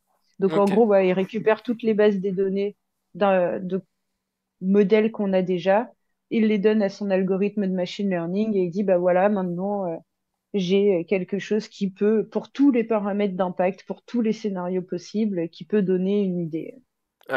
Voilà. Dans l'idée que ça fonctionne si les modèles ne changent pas drastiquement de comportement quand tu augmentes le nombre de corps de façon importante, quoi, j'imagine. Pour ces simulations d'accrétion-là, oui, et pour les simulations d'impact, du coup, c'est aussi en fonction, bah là, si tu passes. pas, dans les impacts, tu as l'angle d'impact, si tu es plutôt rasant ou plutôt frontal, tu as aussi la vitesse qui va jouer, et puis les rapports de masse, si tu as un gros truc ou un petit truc qui impacte, ça va pas être pareil. Et donc, c'est pareil, si jamais il y a des grosses variations sur un petit paramètre, je sais pas, par exemple, si tu augmentes l'angle de 5 degrés, par exemple, imaginons entre un impact qui frôle le noyau et un impact qui percute le noyau, et ben peut-être que la sortie est très différente et pourtant il y a que 2, 3, 4 degrés de différence. Et peut-être que ça, un algorithme de machine learning, s'il n'a pas été nourri de simulations Mm. qui explorent vraiment très bien cette transition, peut-être que les résultats vont rater quelque chose. Mais voilà, en Mais gros, ça c'est permet ça. de dégrossir un peu quand même des trucs qui seraient pas accessibles sinon, quoi. Exactement. Ok, Voilà, et ok. donc oui, moi j'en fais pas et c'est encore assez peu utilisé, mais ça le devient et il y a en particulier une personne dans le domaine qui le fait. Ok, Voilà. ok, ok. Euh, Et moi j'ai une question, à quel moment tu fais du paintball là-dedans? Alors, Parce que bon, parce que là, vous savez pas encore le chat, mais vous allez voir. en fait, euh, c'est assez intéressant parce que du coup, j'ai un peu décidé de partir dans tous les sens dans ma carrière à un moment donné. Parce qu'il y a plein de questions, en fait, une fois qu'on a accepté le fait que les impacts, ça se passe tout le temps pour former des planètes, et notamment la Terre, ben, la vraie question, c'est mais pourquoi ça nous intéresse et puis qu'est-ce qui se passe pendant ces impacts, quoi. Comment est-ce que ça peut changer la planète? Parce que vu qu'elles sont toutes assez proches, mais toutes très différentes, bah, peut-être que c'est l'histoire de ce qu'elles ont subi qui explique ça, et donc il faudrait peut-être comprendre ce qu'un impact fait. Et donc de ça, j'ai fait des expériences. Alors j'ai pas fait que du paintball, je vais vous montrer ça d'abord parce que c'est assez marrant. J'ai des collègues à Paris qui font des expériences où en gros ils essayent de voir pendant un impact planétaire si on a un truc qui est déjà différencié avec un noyau métallique au centre, parce qu'on pense que ça arrive très tôt dans l'histoire, hein. Dès qu'on arrive à fondre, Hmm. bon, on va mettre tous les éléments les plus lourds au centre. Et donc, ça, on pense à l'époque où on a des impacts géants, bah, c'est déjà fait. Et Hmm. donc, l'impacteur qui va arriver sur Terre, il va déjà avoir un noyau métallique. Et Oui, quelque différencier, c'est chose, les éléments, les différents éléments, les plus lourds vont à l'intérieur et les plus légers vont à l'extérieur. Alors que certaines c'est ça. météorites, elles sont toutes mélangées parce que elles n'ont pas, elles ont pas eu le temps enfin, elles n'ont pas été assez grosses pour que ça se fasse, quoi, Elles ont pas eu le temps de fondre, c'est ça, avant quoi. de, ouais. Elles ont pas été assez grosses, elles ont pas eu assez d'énergie, elles ont pas eu assez d'éléments radioactifs, par exemple, et donc elles ont pas pu fondre. Et si on fond pas, bah, les minéraux vont bien rester en place. Par contre, si on fond, on va pouvoir beaucoup plus facilement mettre les trucs les plus denses au cœur, quoi. Et, euh, et donc, bah, ça pose quand même des grosses questions, parce qu'en termes de composition chimique de la Terre, et ben ce noyau-là, s'il se fragmente en plein de petits morceaux, en plus dans un océan de magma qu'on forme, parce que bah, avec l'énergie de l'impact, on va fondre toute une partie, donc on va créer un océan de magma, ça va pu être du caillou solide. Et du coup, là, si on fragmente notre noyau en plein de petits morceaux, ou alors si on le fait plonger d'un coup comme un gros morceau bien dense à la base de l'océan de magma, bah, ça va pas du tout avoir les mêmes conséquences pour la Terre. Par exemple, on va pas avoir un noyau de la même taille. On va pas avoir un noyau avec la même composition chimique. Et il se trouve que, encore une fois, avec nos petites ondes sismiques, on sait combien d'éléments géants, légers, pardon, on doit avoir dans le noyau de la Hmm. Terre. Et donc, si on n'arrive pas à avoir un scénario de formation planétaire qui nous explique ça, bah, on est dans les choux. Ok. Donc, c'est important. Et il y a plein de gens qui font des manipes comme ça, où ils essayent de reproduire ça au laboratoire. Alors, ils font tomber un fluide dans un autre fluide et ils regardent comment ça va se propager. Évidemment, ils s'arrangent d'être au mieux possible dans les mêmes conditions dynamiques des impacts géants. Et du coup, j'ai commencé à me mettre un petit peu à ça parce que je bossais avec eux et je me suis dit, bah, les modélisateurs, si on voit un petit peu à quoi ça ressemble au labo, peut-être qu'on arrête de demander à nos collègues expérimentateurs, mais pourquoi tu testes pas ça plutôt? Ah, on sait qu'ils peuvent pas. Voilà, on a compris, c'est trop dur. Et donc, je suis allée mettre un peu les mains à Tu la peux pas pâte faire et un truc à 1000 degrés en même temps, à telle pression. Franchement, mais à quoi tu sers, quoi? exactement, mais parce que nous, dans les modèles, on met les chiffres Facile. qu'on Ah veut, bah donc on oui. se rend pas forcément compte une fois dans le laboratoire qu'on a des limites qui sont pas les mêmes, quoi. Et donc voilà, je suis allée jouer un petit peu avec eux pour mieux comprendre comment on peut bosser ensemble. Et donc ces trucs-là, typiquement, bah, ça ressemble à ça. Il y a une espèce de grosse barre ici sur laquelle on va pouvoir faire coulisser notre lanceur, quoi. Et on va accrocher un petit ballon rempli de liquide, plus dense ici. Et du coup, en fonction bah, de la hauteur où on va le lâcher, on va avoir une vitesse J'imagine. plus élevée. Donc on va pouvoir jouer un petit peu là-dessus. Ici, il y a une aiguille qui va venir percer la membrane, puisqu'on veut que ce soit un fluide qui impacte dans un fluide. Mm. Et donc, on veut pas garder notre membrane. Donc, il faut percer la membrane, qu'elle se rétracte. Et puis après, on va impacter dans le fluide. Ici, pour la photo, on l'a pas rempli à fond parce que on va pas non plus gâcher l'eau juste pour une photo. Euh, mais normalement, l'eau est ici de sorte qu'on arrive à... On a encore assez d'espace entre les deux pour mesurer la vitesse, mais voilà. Et, euh, et bref, et donc après, on observe ce qui se passe. J'ai mis deux, trois vidéos ici, mais c'est assez marrant. Une des limitations, c'est que si on veut avoir un objet bien sphérique, eh ben, il faut bien le serrer, notre petit ballon. Ouais, c'est pas facile. Euh, J'allais dire, c'est pas facile d'avoir parce que tu crèves un ballon, mais tu vas changer la forme directe. Le choc, l'onde de choc et tout ça, ça va te faire des patates et tout. exactement.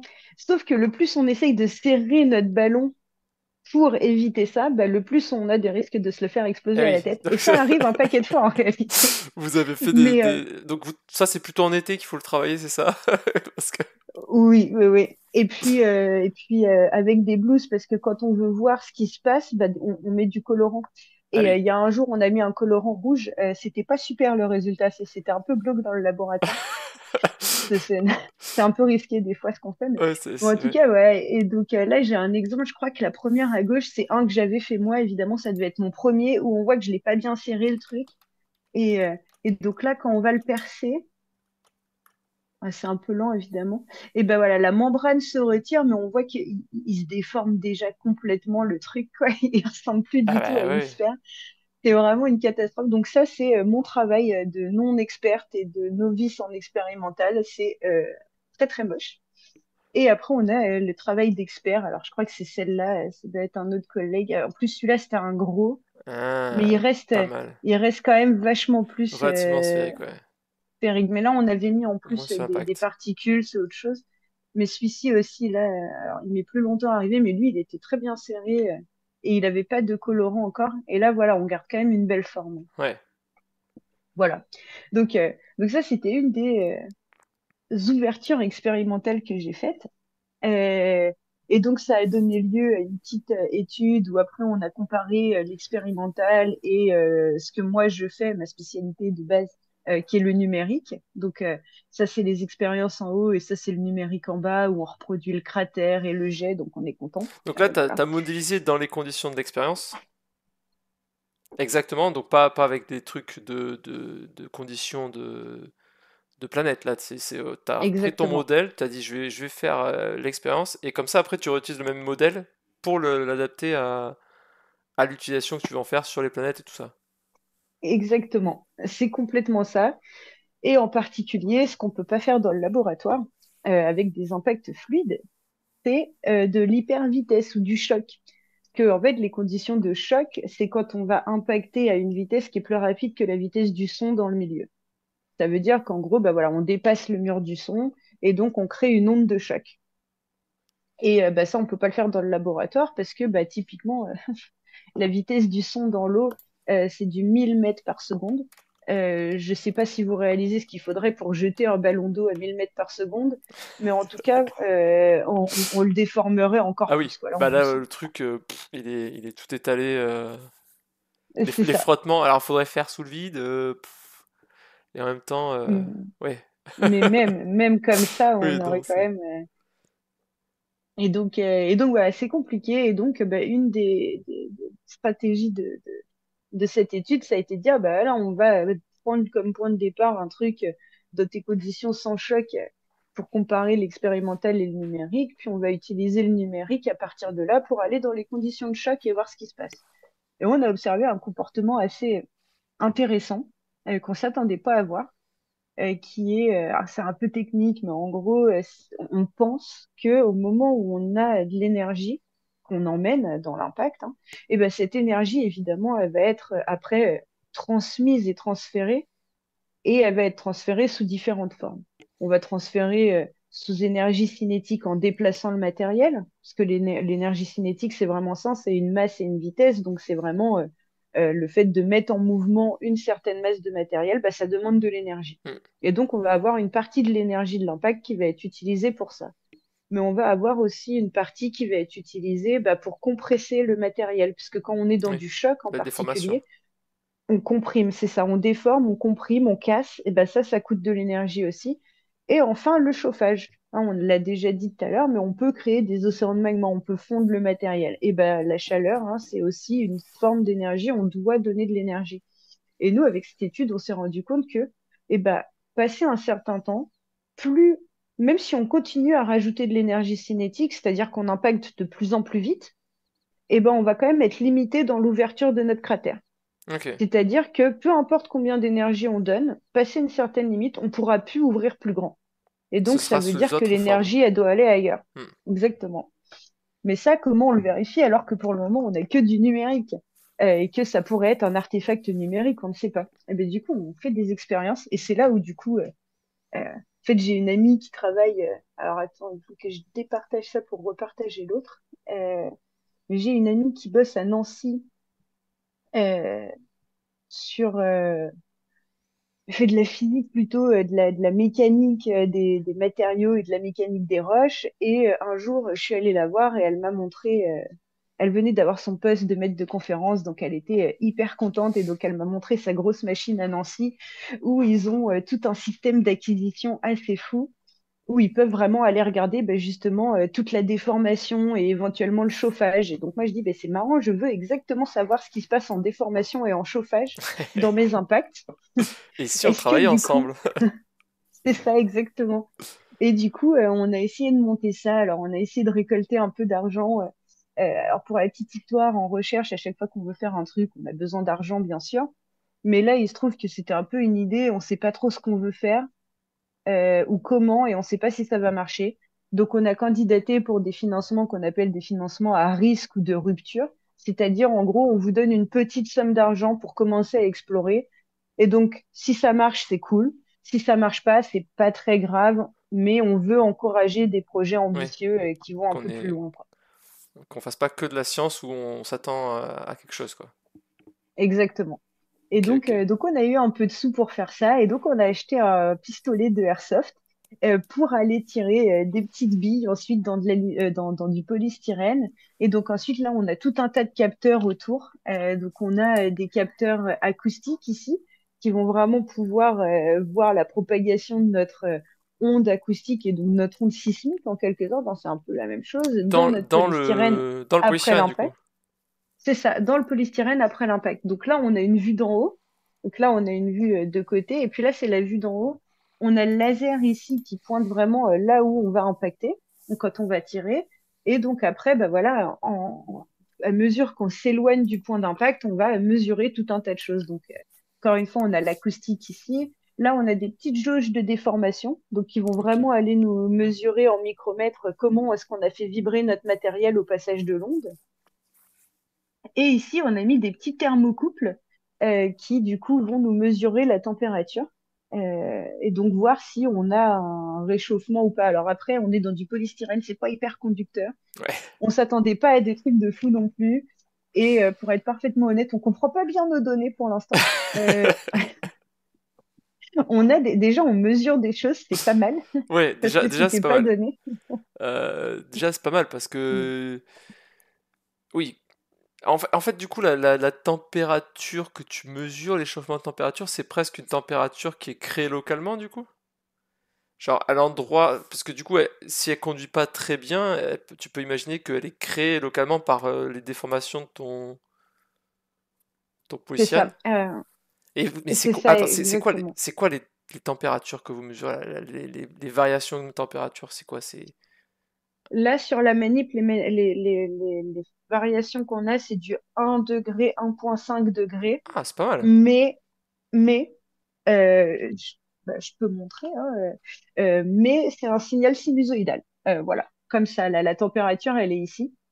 Et donc les différentes couleurs, c'est les différents thermocouples, hein, ils ont Mais chacun alors, leur si c'est petit un signal numéro. sinusoïdal, c'est complètement de la compression. Tu comprimes, tu chauffes, tu dilates, tu refroidis.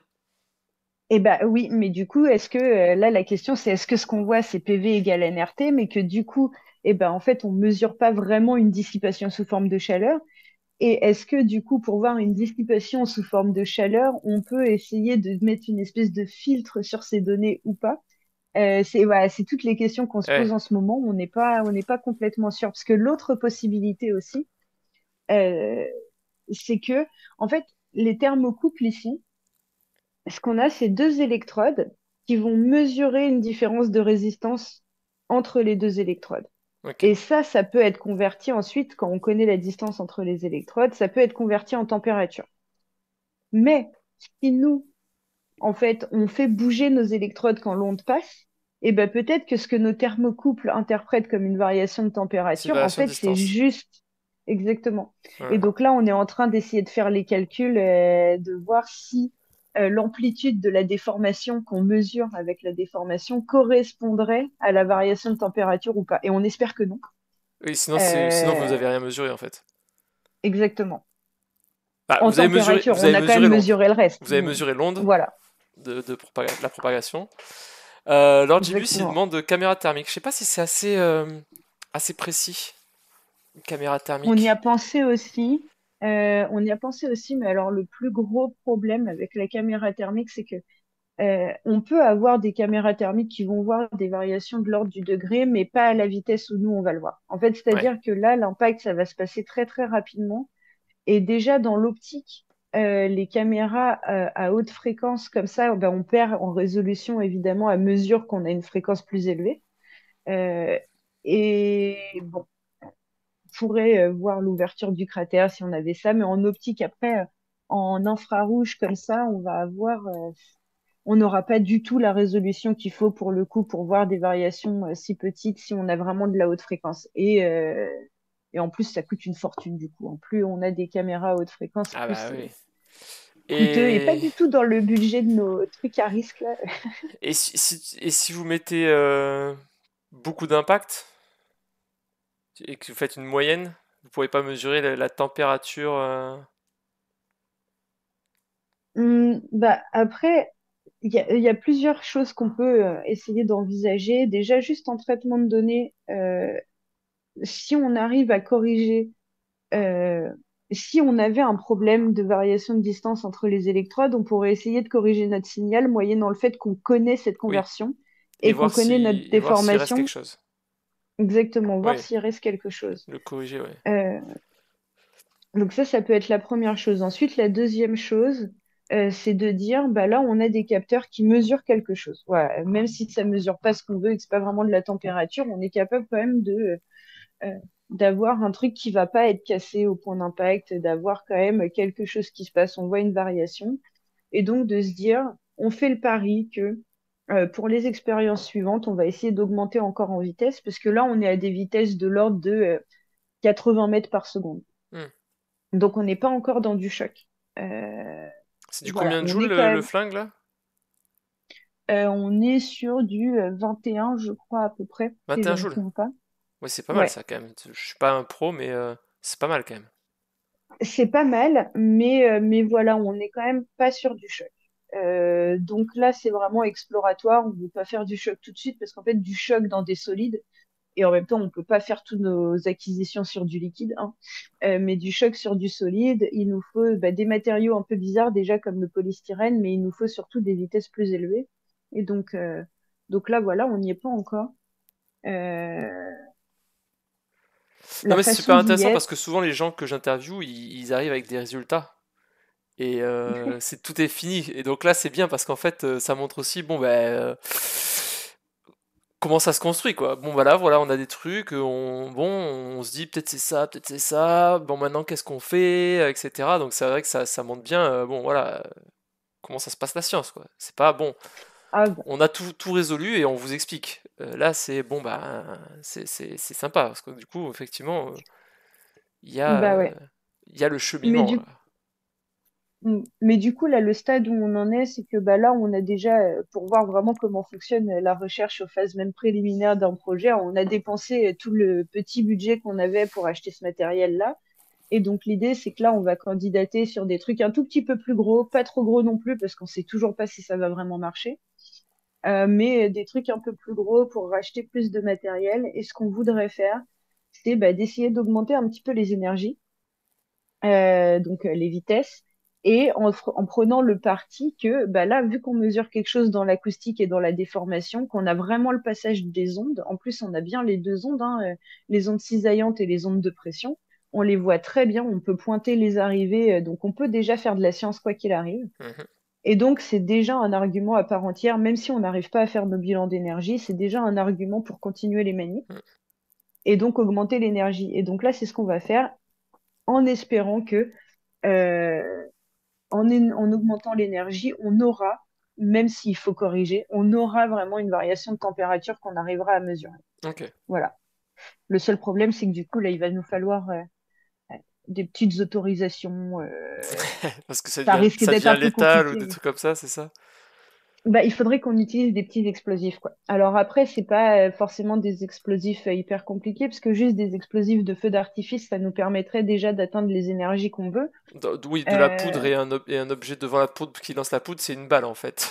Oui, on est Exactement, d'accord. exactement. Mais du coup, c'est quand même très dangereux. Oui, Et surtout, il nous faut des licences et des oui, autorisations. Et au-delà de nous passer les formations pour avoir les licences, il faut aussi voir comment on peut ou pas mettre ça dans le laboratoire. Est-ce que du coup, on doit avoir plutôt des collaborateurs extérieurs qui vont avoir vraiment un laboratoire qui est isolé de toute université, où il n'y a pas d'étudiants autour. Enfin voilà, oui. il y a tout un tas de questions après derrière L'administratif qui fait que qui est plus compliqué que l'expérience presque. c'est ça. Mais ça n'empêche, voilà, on a quand même des trucs qui sont intéressants, faut pousser un peu plus loin Mais du coup et là, on verra ce qu'on peut vous... en Parce que là, tirer, vous quoi. détruisez pas votre policienne à chaque Alors là, impact? alors là, bon, on le voit pas sur cette photo-là, mais quand on tire, on va faire un trou dans le polystyrène, on pénètre pas mal, hein. On pénètre de l'ordre de 31-32 centimètres, quand Avec même, celui-là, oui. dans notre bloc. Oui, Oui, d'accord. oui, oui. Parce que là, du coup, si vous allez sur des trucs beaucoup plus importants, j'imagine que vous allez Ah, on va le le traverser, oui. traverser. Du moins, si on garde les mêmes densités d'impacteurs, oui. Mais si on crée notre propre euh, comment on appelle ça déjà, le cylindre de l'arme. Mhm. Le Bon, canon? voilà. Ouais, le canon. Voilà, si on crée notre propre canon et qu'on lance après à partir d'explosifs et de poudre, ben, du coup, on peut aussi essayer de voir dans quelle mesure on pourrait avoir, parce que là, du coup, on est limité par le fait qu'on utilise un pistolet donné et que pour le matériel qu'on lance, ben, du coup, on va chez le constructeur hein, qui nous donne Oui. des billes en plomb ou en caoutchouc. Mais donc, on est limité par ça. Nous, ce qu'on aimerait faire aussi, c'est de jouer avec les différences de densité. Ok. Et donc, ça, on pourrait le faire plus facilement. Oui, Après, il tu faut quand même pourras faire changer plus facilement attention les à différents pas. paramètres si c'est toi qui contrôles toute l'expérience. Oui, il Aussi. faudra juste qu'on fasse les choses bien aussi parce que le risque, par exemple, l'idée, ce serait de commencer, par exemple, avec du polystyrène qui impacte dans du polystyrène. Comme ça, on a déjà au moins un cas avec une différence de densité qui est zéro. Hmm. Par contre, la vraie question, c'est quand on est dans un canon avec l'énergie qu'on va mettre, est-ce que notre polystyrène, juste, il explose pas complètement dans le canon déjà? Oui. Voilà. Ou ils font Donc, il y pas a pas mal de... Où ils avec font la peut-être température. directement. Et parce C'est que possible aussi. alors du coup, il y a l'Orgibus qui connaît plein de choses, hein, mais qui du coup dit, il recommande des détonateurs, c'est très bons explosifs apparemment, j'y connais rien moi. Ok, Et qui dit aussi noté. que aux États-Unis ils font un canon qui irait jusqu'à votre cible et qui serait sous vide. Et comme ça, t'as pas de frottement Hmm. et donc tu gagnes un peu en puissance du coup d'impact. Donc voilà. Et Ah, moi c'est je me très intéressant. demandais du coup, est-ce que vous avez pas envie de changer juste le matériau, le policier, juste changer l'endroit où le choc se passe, mettre une toute petite couche, je sais pas, pour que du coup il y ait plus d'énergie qui soit transmise avec la même balle, parce que du coup si tu traverses, Mhm. t'as de l'énergie qui est dissipée au fur et à mesure. Alors que si tu mets un Oui. truc peut-être un peu plus rigide au tout début, tu vas pouvoir peut-être avoir une onde de choc qui est plus importante. Est-ce que tu peux pas avoir plus d'énergie comme ça avec le même dispositif au départ? Je sais pas. On Est-ce peut que c'est un avoir truc? plus d'énergie éventuellement qui va être dissipée euh, sous notre couche. Par contre, le vrai problème, c'est que pour atteindre le régime de choc, ça va être plus compliqué parce Hmm. que si on rajoute quelque chose dans lequel on va moins pénétrer que le polystyrène, il y a assez peu de matériaux qui vont avoir une vitesse du son faible qui vont correspondre à ça en réalité. D'accord. Parce que Euh, le choc, moi je connais pas la définition. Le choc, c'est quand on a une. Alors, oui, t'en as parlé, je crois. C'est là que tu avais sorti les 1000 km. Alors c'est ça là. Donc le les choc, faut que ce soit, 1000 mètres, faut qu'on soit, oui, 1000 mètres, 1000 mètres par seconde, oui, c'était le choc dans l'eau, c'est ça, c'est 1500 c'est dans ça l'eau. exactement. Euh, donc pour qu'on ait un vrai choc, il faut qu'on soit supérieur à cette vitesse là, ça. C'est ça que tu dis. Ah oui, d'accord, Exactement, oui. à la vitesse du son dans le milieu. Oui, Et et du si coup, tu c'est mets pour une ça, barre en acier, c'est 3500 mètres par seconde, c'est truc même un comme peu ça. plus que ça, je 5000? crois. Ouais, Mais peut-être, ouais. oui, mais en tout cas, c'est cet ordre de grandeur Ouais, là. On va pas, c'est énorme, ouais, pour ouais. le coup, on va pas sur le même genre d'explosif là. Ouais. C'est des choses auxquelles on ne veut pas toucher jamais en fait, Oui, oui, le but c'est pas de s'exploser soi-même. ni un pays. Oui, bon, alors, bon, je sais pas, Non, mais. mais mais non, mais du coup, mais il y a des expériences d'impact qui ont été faites dans le désert d'Alabama notamment. Ou même à Los Alamos, etc., pour la science, pas que pour les bombes nucléaires, mais qui ont été faites avec des explosifs nucléaires pour, Ah oui, euh, des, pour des études d'impact et de cratérisation, de recherche académique, quoi, mais avec des bombes nucléaires. Parce qu'en fait, la physique est très similaire entre un impact et une explosion ouais, nucléaire. C'est à peu ok. près les mêmes énergies. Ok, ouais, ouais. Donc il y a des expériences comme ça qui ont été faites. Donc c'est pas que une blague. On pourrait le faire, mais là c'est pas notre objectif en l'occurrence. Mais ça a existé, ça a été fait. Oui, bah, du coup, Lord Jibus, il dit qu'il a été, il a été dans l'armée pendant 6 ans, donc c'est pour ça qu'il s'y connaît pas mal. Et il dit Ah que oui. 20 joules, c'est considéré comme une arme en France, mais je crois que vous n'avez pas le droit de le sortir du labo. Il y a des trucs, vous avez déjà eu des trucs administratifs pour celui-là déjà Oui, oui. à faire. C'était pas Oui, oui, déjà oui. gratuit. C'est pas, Non. vous n'êtes pas baladé dans le truc et dit, C'est bon, un je prends pistolet ça. de airsoft, mais qu'on doit quand même garder dans des conditions. Voilà, c'est pas Oui, vous n'avez pas le droit de vous le balader avec dans la petit. poche. Non, Non, non. non, non, non. Oui, d'accord, ouais. Ok, bah ouais, bon, bah, ça c'est ça c'est rigolo. Bah, effectivement, mais alors du coup, vous allez faire quoi si vous avez un truc plus puissant, ça va traverser, bon, vous mettez de la flotte en dessous pour que ça vous dégomme pas le sol et on s'en fout ou De- en, en première intention, oui. En deuxième intention, je pense qu'on veut vraiment jouer avec les rapports de densité, parce qu'avec une même énergie, si on a une densité plus faible, on va pénétrer beaucoup moins et on va dissiper beaucoup beaucoup plus plus, ouais. l'énergie. En fait, là où on va mettre l'énergie entre l'énergie pour pénétrer le matériel et l'énergie pour chauffer ou déformer, ça va être très, très, très dépendant de la différence de densité entre les deux matériaux. Et du coup, l'idée, ça va être d'aller jouer d'abord sur ce paramètre-là pour dissiper beaucoup plus efficacement. Déjà, on aura des meilleures mesures. euh, et ensuite, on aura moins de risques et de dangers liés à Mais la alors, du pénétration du coup, il faut que vous matériau, ayez quoi. plus de vitesse. Si vous avez un truc qui est moins dense, il faut que vous ayez plus de vitesse pour que vous ayez la même énergie. Ou alors ce qui est important, c'est la vitesse et pas l'énergie. Bah, c'est la masse, en fait, qui va être C'est importante. Pour ça. l'énergie, c'est la masse et D'accord. la Donc vitesse. vous mettez un truc Mais plus gros du après, coup.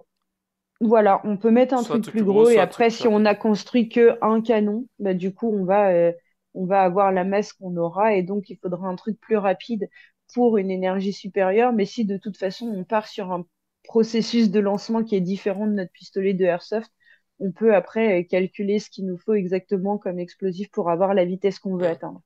Même parce C'est que pas, voilà. si vous avez la même énergie, à énergie constante, si vous avez joué sur la vitesse, si vous avez joué sur la masse, ça va peut-être pas donner les mêmes résultats, non? Parce que du coup, vous avez un impact qui est différent, taille d'impact différente, donc du coup, une dissipation qui va être différente aussi. Ouais, mais après, du coup, ça va être des choses justement où on va essayer d'explorer un peu l'espace des paramètres. La première intention, c'est d'essayer de voir si on peut ou pas reproduire expérimentalement le fait qu'on va être limité, passer un certain seuil dans ce qu'on va donner à la compression et qu'on va juste chauffer, Ouais, chauffer, chauffer, chauffer. Déjà, est-ce que ça, on peut le valider expérimentalement? Et donc ça implique juste d'avoir un matériau qui va pas complètement pénétrer et exploser la ouais, c'est salle de ça. manip. Et on va pouvoir mesurer ça à chaque fois, donc mesurer la déformation, mesurer la température pour un système donné, ou quand on augmente la vitesse par incrément, et ben on va avoir une transition de régime. Ça, c'est la première étape. Si on arrive à voir ça, on a déjà validé un résultat assez important euh, de physique fondamentale des processus d'impact et de compression, etc., et même de sismique en fait, puisque c'est aussi des ondes de compression, des ondes sismiques qui se propagent dans un sens. Et ensuite, là, on pourra aller s'amuser à explorer vraiment l'espace des paramètres et voir ce qui joue comment exactement sur la dissipation à quel moment. Mais ouais, après, ça, c'est des, Mais du des coup, étapes petit à petit. est-ce que vous avez aussi envisagé que vous pourriez avoir un truc hybride en termes de projectiles avec deux matériaux, un moins dense et un plus dense au cœur, comme ça vous avez quand même un peu plus de masse? Parce que si vous avez un truc je sais pas si c'est faisable, et vous y avez sûrement réfléchi, mais un truc un peu dense et puis du polystyrène autour, est-ce que vous aurez quand même pas mal d'interactions et vous aurez quand même pas mal d'énergie, donc vous avez un truc un peu intermédiaire aussi? Là, c'est ce qu'on a, les petites boules qu'on a, qu'on met dans notre petit pistolet. Là, c'est une boule en plomb avec une espèce de caoutchouc autour. D'accord, Donc, c'est déjà ce genre de choses qu'on a. Après, là, a priori, de ce qu'on a compris, l'argument pour ça, c'est plus que ça casse pas dans le canon ou que ça ne fasse pas exploser le canon, d'accord. plus que pour jouer avec des rapports de densité. Mais en tout cas, c'est des choses sur lesquelles nous, on pourra jouer. Mais à chaque fois, le vrai problème, ça va vraiment être d'être sûr que bah, justement, on détruise pas notre matériau dans le canon ou qu'on crée pas des pressions trop intenses qui risquent de casser le canon, ce qui serait Oui, encore plus dangereux, quoi. oui, Dans un cas, soit on salit tout et ça marche pas et c'est triste, mais tant pis. Dans l'autre cas, ça oui, peut c'est vraiment être dangereux. dangereux. Oui, oui. Et Après, donc voilà, peut-être il si vous faut avez peur de qu'on... ça, vous pouvez foutre du plexi. Il y a des plexis qui sont, je sais pas, du polyuréthane, trucs comme ça, qui peuvent Mm, vous mettez derrière quand vous faites l'expérience. mm. Ça, Ouais, ouais, faut qu'on... c'est pas bête.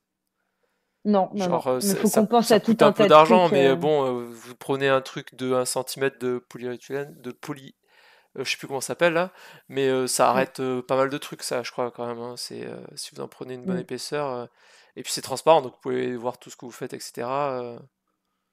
Ça mm. peut être pas mal. Ouais. Faut qu'on mette au point aussi tout ce qu'on a pensé à ce genre de choses en termes de sécurité. Mais c'est pareil, en fait, tout demande des sous et de l'organisation et du temps. Et donc, Ouais, voilà, c'est des financements qu'on n'a pas encore. Mais ça, c'est des points qui sont essentiels, même en termes de sécurité. Mais ça implique aussi qu'on ait un mécanisme de déclenchement, du coup. Et ouais. pour le moment, on l'a pas. Il y avait quelqu'un qui, là, si je remets la photo d'avant, Oui, il y a quelqu'un qui voilà, venait. pour ici, on a quelqu'un qui se met debout. On voit la chaise ici derrière. Bah voilà, il y a quelqu'un qui se met debout sur la chaise et qui tire Et sur qui la tire. détente, quoi, qui Ouais, appuie sur la détente. Voilà. Et donc là, typiquement, bah, on peut pas vraiment bien se protéger. Alors, on a tous des lunettes, etc. au laboratoire, voilà, parce qu'on ouais. n'est jamais à l'abri qu'il y ait un petit truc qui ricoche et puis là, c'est pas dangereux, mais si on passe à des choses un peu plus dangereuses, va vraiment falloir qu'on travaille aussi sur développer notre mécanisme de déclenchement pour pouvoir justement se sécuriser quelque part pendant qu'on fait nos manifs. Donc ouais, il y a encore beaucoup de travail à faire. Là, c'est sûr que oui, on n'est pas au bout de nos peines avec ce truc-là, mais voilà. Non, j'ai vu, dit sur YouTube, il y a plein de vidéos d'armes qui explosent. Je dis ça, je dis rien. Il dit, oui, bah Voilà, justement, voilà, c'est ce c'est qu'on le veut but. éviter de faire. Voilà. C'est ce qu'on veut C'est... éviter de faire. Là, du coup, là, c'est le but, c'est pas de vendre des vues sur un truc qui fait rire les gens, mais qui en fait est pas très drôle. C'est... Mais ouais, ok, Ouais. ouais. Non, mais c'est vraiment sympa comme expérience. Parce que du coup, bon, moi j'en avais entendu parler parce qu'on avait déjà discuté, mais j'avais pas eu du coup le détail de tout ça là, et c'est très sympa. Ouais. Et du coup, vous êtes là focalisé sur l'impacteur. vous n'êtes pas dit, ou peut-être si, vous vous êtes dit, mais vous allez pas choisir de changer après, enfin peut-être après, je sais pas, mais le polysirène. Et ça, est-ce que c'est un choix en mode, bon, de toute manière, faut en faire un choix, et donc voilà, où il y a un truc qui justifie que c'est plus facile de changer juste l'impacteur et de pas. Alors, on a techniquement changé le polystyrène déjà avec deux densités Mhm, différentes ok. pour voir la profondeur de pénétration et puis la variation sur la déformation. En fait, on peut jouer avec les deux paramètres, mais vraiment à la fin, ce qui va compter, ça va être aussi beaucoup les différences de densité. Donc, en fait, qu'on joue sur l'un ou sur l'autre, ça va assez peu changer. Et je pense que le point clé pour nous, mais ça, c'est des choses dont on discute encore, on n'est pas sûr d'ailleurs qu'on ait raison, hein. Mais un des arguments, en tout cas, de rester sur du polystyrène, même si on change un peu la variété, c'est vraiment d'essayer de se ramener sur des matériaux qui ont des vitesses du son très faibles et où nous, sans avoir des explosifs ou des choses trop dangereuses non plus au laboratoire, on va quand même pouvoir entrer dans des régimes de Mm. choc. Et donc, si on veut explorer beaucoup de variations de densité, on va plutôt jouer sur l'impacteur. En tout cas, on va essayer. Mais peut-être qu'en fait, on va se retrouver très limité par ces histoires de ça explose dans le canon ou ça explose le canon. Et que du coup, on va complètement changer la stratégie. On va se dire, bah non, on va changer le polystyrène. Et puis tant pis, on va peut-être mettre un peu plus d'explosifs. On va peut-être pas être dans des régimes de choc très différents, mais on va quand même voir quelque chose. Enfin, je pense qu'on va aussi un peu voir en fonction des résultats qu'on a, de ce qu'on fait et des limites surtout, parce qu'on est encore en train de le développer finalement. Donc, Parce je que crois c'est qu'on s'est c'est pas encore combien, bien rendu compte. c'est combien la vitesse du son dans le Polysian? Ça, j'en ai aucune idée. En fonction des polystyrènes et notamment de à quel point ils sont poreux, donc à quel point il y a du vide dedans, à quel point ils sont légers, ça va varier pas mal, mais on est sur du quelques centaines de mètres par seconde, quoi. D'accord, comme l'air, quoi, en gros. Ouais, L'air, c'est ouais, 340, en gros. c'est ça, on est un petit peu plus évidemment parce que du coup il n'y a pas que de Il y a l'air, un peu de matériau, mais ouais. on n'est pas, on est quand même sur des trucs assez similaires. Enfin, on est Ouais, vous déjà arriverez pas beaucoup à avoir un moins. truc beaucoup plus faible que ça, en fait. Vous êtes déjà quasiment au Non, max. ouais, ouais, ouais. Après, j'avais vu des articles passés de matériaux hyper synthétisés au laboratoire, assez bizarres, des espèces de, je sais plus comment ils appellent ça, mais de silice très Aérogel de poreuses. 6. Je crois pas que ça s'appelle des aérogels, mais en tout cas, c'est des choses de ce type-là, où ils arrivent dans certains cas avec des recettes très très précises à faire des trucs où la vitesse du son c'est du 60 mètres par seconde ou quelque chose comme ça. Mais j'avais regardé parce que je m'étais dit que ça serait pas mal de faire des gros cubes de ce truc-là, mais ça coûte une fortune. En fait, c'est pas, Et puis en c'est plus, il ça que faut je le pensais, en synthétiser au fait. laboratoire. Parce que j'avais un peu travaillé dessus en stage il y a très très très très très longtemps. Mais je me suis dit, il y a deux problèmes, c'est que ça coûte méga cher. Et en plus, vous allez l'exploser. C'est ultra dangereux à respirer. Ouais, C'est ce que ouais, ça fait ouais, des ouais, faut. microcristaux ultra coupants et vous respirez ça, ça vous défonce les poumons. Et Mm. donc, et ouais, et c'est méga cher le truc en question. Et donc je m'étais dit, ouais, si vous êtes déjà des vitesses comme l'air, à mon avis, vous n'avez pas envie de jouer là-dessus parce qu'effectivement, ouais, l'aérogel de silice, en fait, c'est un truc qui, en termes de conductivité thermique, et le truc le plus isolant, Mm. tu regarderas sur YouTube, sur Google ou n'importe quoi, tu vois des mecs qui posent une rose. C'est pas un montage, hein, il y a une flamme, il y a un bec benzène en dessous. Et donc t'as un petit aérogel de silice comme ça, et t'as la flamme qui passe là et qui va sur les bords, et t'as ta rose qui est posée à côté, et elle crame pas du tout, parce que Ouais, ouais. thermiquement c'est magique, quoi, parce que c'est du vide à l'intérieur. Mm. Mais par Bah contre, oui. l'utilisation, c'est Ouais, c'est ultra friable, et là vous allez l'exploser, ça va foutre de la poudre partout, et c'est ultra mauvais et ça coûte méga cher. Ça coûte méga ouais, cher parce que, ouais, à faire. Ouais, leur JB se dit c'est solide, mais ça casse comme rien. Ah oui, c'est ultra. oui. Oui, donc je pense que le Polysian, c'est un truc qui, pour le coup, est quand même assez gratuit. Et Oui, en comparaison, c'est sûr. bah oui, et vous y gagnerez pas tant que ça, donc c'est vrai que ça me paraît pas. Ouais. Oui, non, je pense que c'est peut-être. Ouais, en fait, c'est peut-être ça la réponse à ma question, c'est qu'en fait, vous avez déjà le meilleur matériau pour faire l'expérience, quoi, en termes de coût, en termes de praticité de l'expérience, parce que oui, si vous aviez un labo où vous pouviez faire ça sous hotte, sous machin, enfin, où vous respirez pas avec les gants en latex, là, machin truc et tout, Ouais. ok, peut-être que vous pourriez, et avec des expériences à 10 000 balles l'impact, parce que une plaque comme ça ferait ça que ça devrait coûter, je sais pas, j'ai pas les ordres, mais ouais, c'est cher. C'est hyper cher. Mais ouais. Du coup, attendez, quoi lui? Il dit sinon plus simple une arbalète. Alors, il dit aussi un autre truc, j'ai pensé, je me suis dit, ouais, c'est beaucoup trop cher, mais vous pouvez aussi utiliser un accélérateur linéaire. Alors, Oui. pas, ouais, magnétique, bah, alors, du coup, un truc, c'est que ça va chauffer. Mm, Et par contre, et que ça coûte méga cher. Je sais mm, pas si mm. vous avez pensé, ça coûte méga cher. Par contre, vous avez un contrôle absolu sur la vitesse de sortie du truc, quoi. Ça, c'est pas mal. C'est pas mal. Moins de Après, il y risque d'explosion a... aussi. Mais je sais pas combien ça coûte, hein, mais je pense que ça coûte méga cher. Bah, ça coûte, ça va coûter une fortune aussi. Mais après, il y a pas mal de trucs. Il y a même, enfin, la NASA, par exemple, ils ont des trucs où eux, ils peuvent atteindre des vitesses de 5-6 km/s. Ouais. Ou alors, c'est des trucs qui sont horizontaux. Mais bon, vu que là, on impacte dans du solide, on s'en fiche un petit peu, à la limite. Oui, à cette Euh, vitesse-là, de toute manière, la chute, bon. voilà. Mais du coup, qui ont des espèces de gros conduits sous vide. Et où ensuite ils injectent donc avec de l'air comprimé, ils envoient une espèce de petit sabot qui a un petit échantillon, le petit impacteur au milieu, et ensuite avec la friction, le sabot va se casser Ouais, et ok. ne Et va ça libère le. relâcher. Ça libère le projectile à des vitesses qui sont très largement hypersoniques. Mais alors, bon, déjà une installation comme ça coûte. On est sur des millions, hein. Nous, on n'aura pas des millions pour faire notre truc. Et puis en plus, il y a déjà des trucs comme ça qui existent dans le monde, ça sert à rien d'en recréer. Le problème, c'est que pour pouvoir faire des manips à la NASA, il faut être un citoyen américain. Et donc, nous, on ne peut pas accéder au site de la NASA pour faire nos expériences. On ne peut même pas le demander puisqu'on n'est pas citoyen américain. Vous êtes Et obligé de. Pour faire les expériences? pour faire les expériences, c'est des sites qui sont dans la NASA, qui sont Ouais, il y en a, je crois qu'ils en ont. Alors, je crois que c'est au Johnson, mais je suis plus sûre. Mais enfin, bref, c'est dans un des Space Center où ils ont une manip comme ça.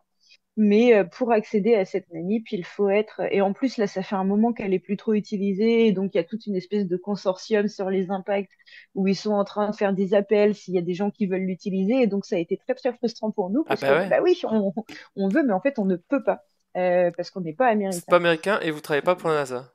Parce que j'imagine que si vous aviez Exactement. travaillé pour la NASA, ils auraient quand même autorisé, même si vous n'étiez pas américain. Eh ben, a priori, non. Par contre, si on bosse pour la NASA, on a sûrement des collaborateurs Qui peuvent. américains avec la NASA qui pourraient faire les... Alors après, c'est toujours pareil, hein, quand on crée notre petit bébé aussi, est-ce qu'on a vraiment envie que Eh, quelqu'un fasse tout le travail pour nous? Ça, c'est une autre question et qui eh. relève presque plus de l'ego ou de la passion, Oui, je parce que sais pas. j'allais dire, vous auriez pu essayer de trouver quelqu'un pour collaborer avec vous qui est américain, quoi. Mais c'est vrai que du coup, ça veut dire que vous faites rentrer quelqu'un dans le business et que du coup, c'est plus autant votre bébé à vous, quoi. Oui, puis là, en plus, on est sur des trucs compliqués parce que nous, tout ce qu'on veut faire, on a quand même tout un système d'acquisition qui doit être construit autour. Où là, pour le coup, alors moi, je connais pas tous les experts de la NASA, hein, mais les gens que je connais qui travaillent à la NASA, ils vont peut-être faire un peu d'impact, mais par contre, ils vont pas du tout être capables de monter le système d'acquisition. Et donc après, si on doit trouver que des citoyens américains qui sont spécialistes de tous les trucs qu'on veut mettre ensemble, Ouais, on s'en c'est sort plus, dommage quoi. ça.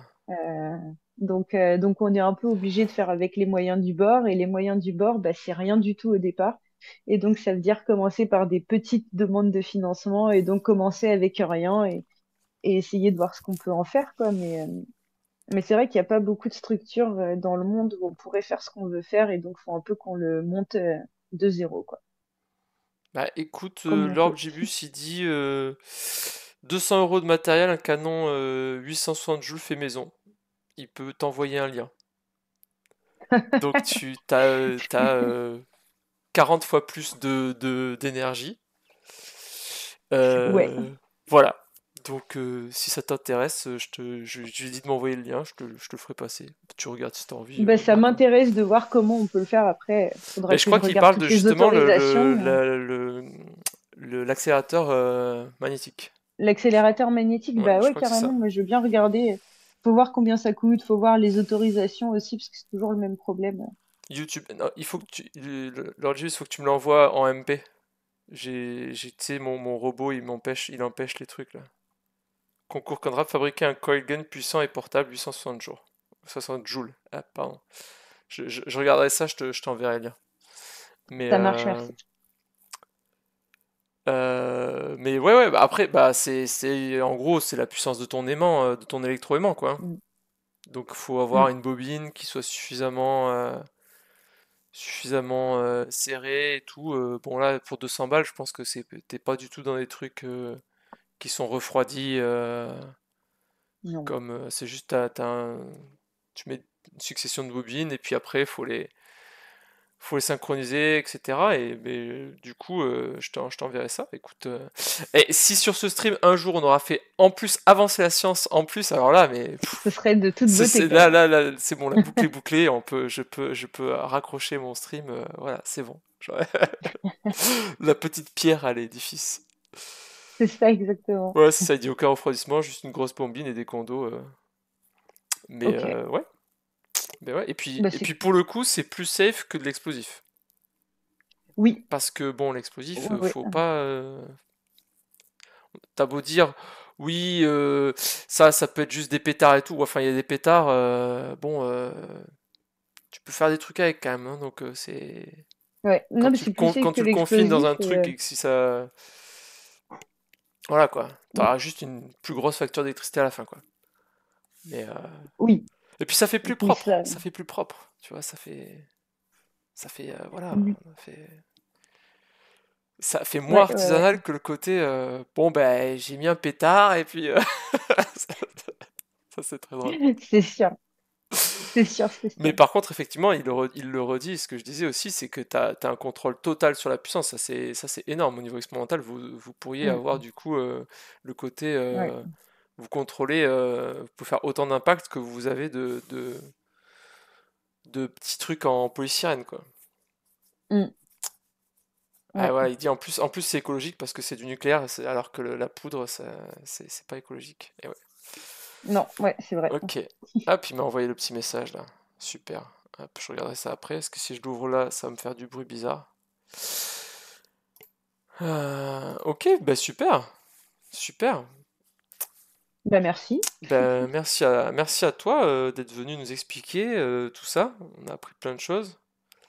Et en plus, on a un Bah, peu moi touché du aussi. doigt ce que des fois on n'a pas trop dans le stream. C'est bon, bah, on a un truc, on sait pas encore ce que c'est, quoi. Allez,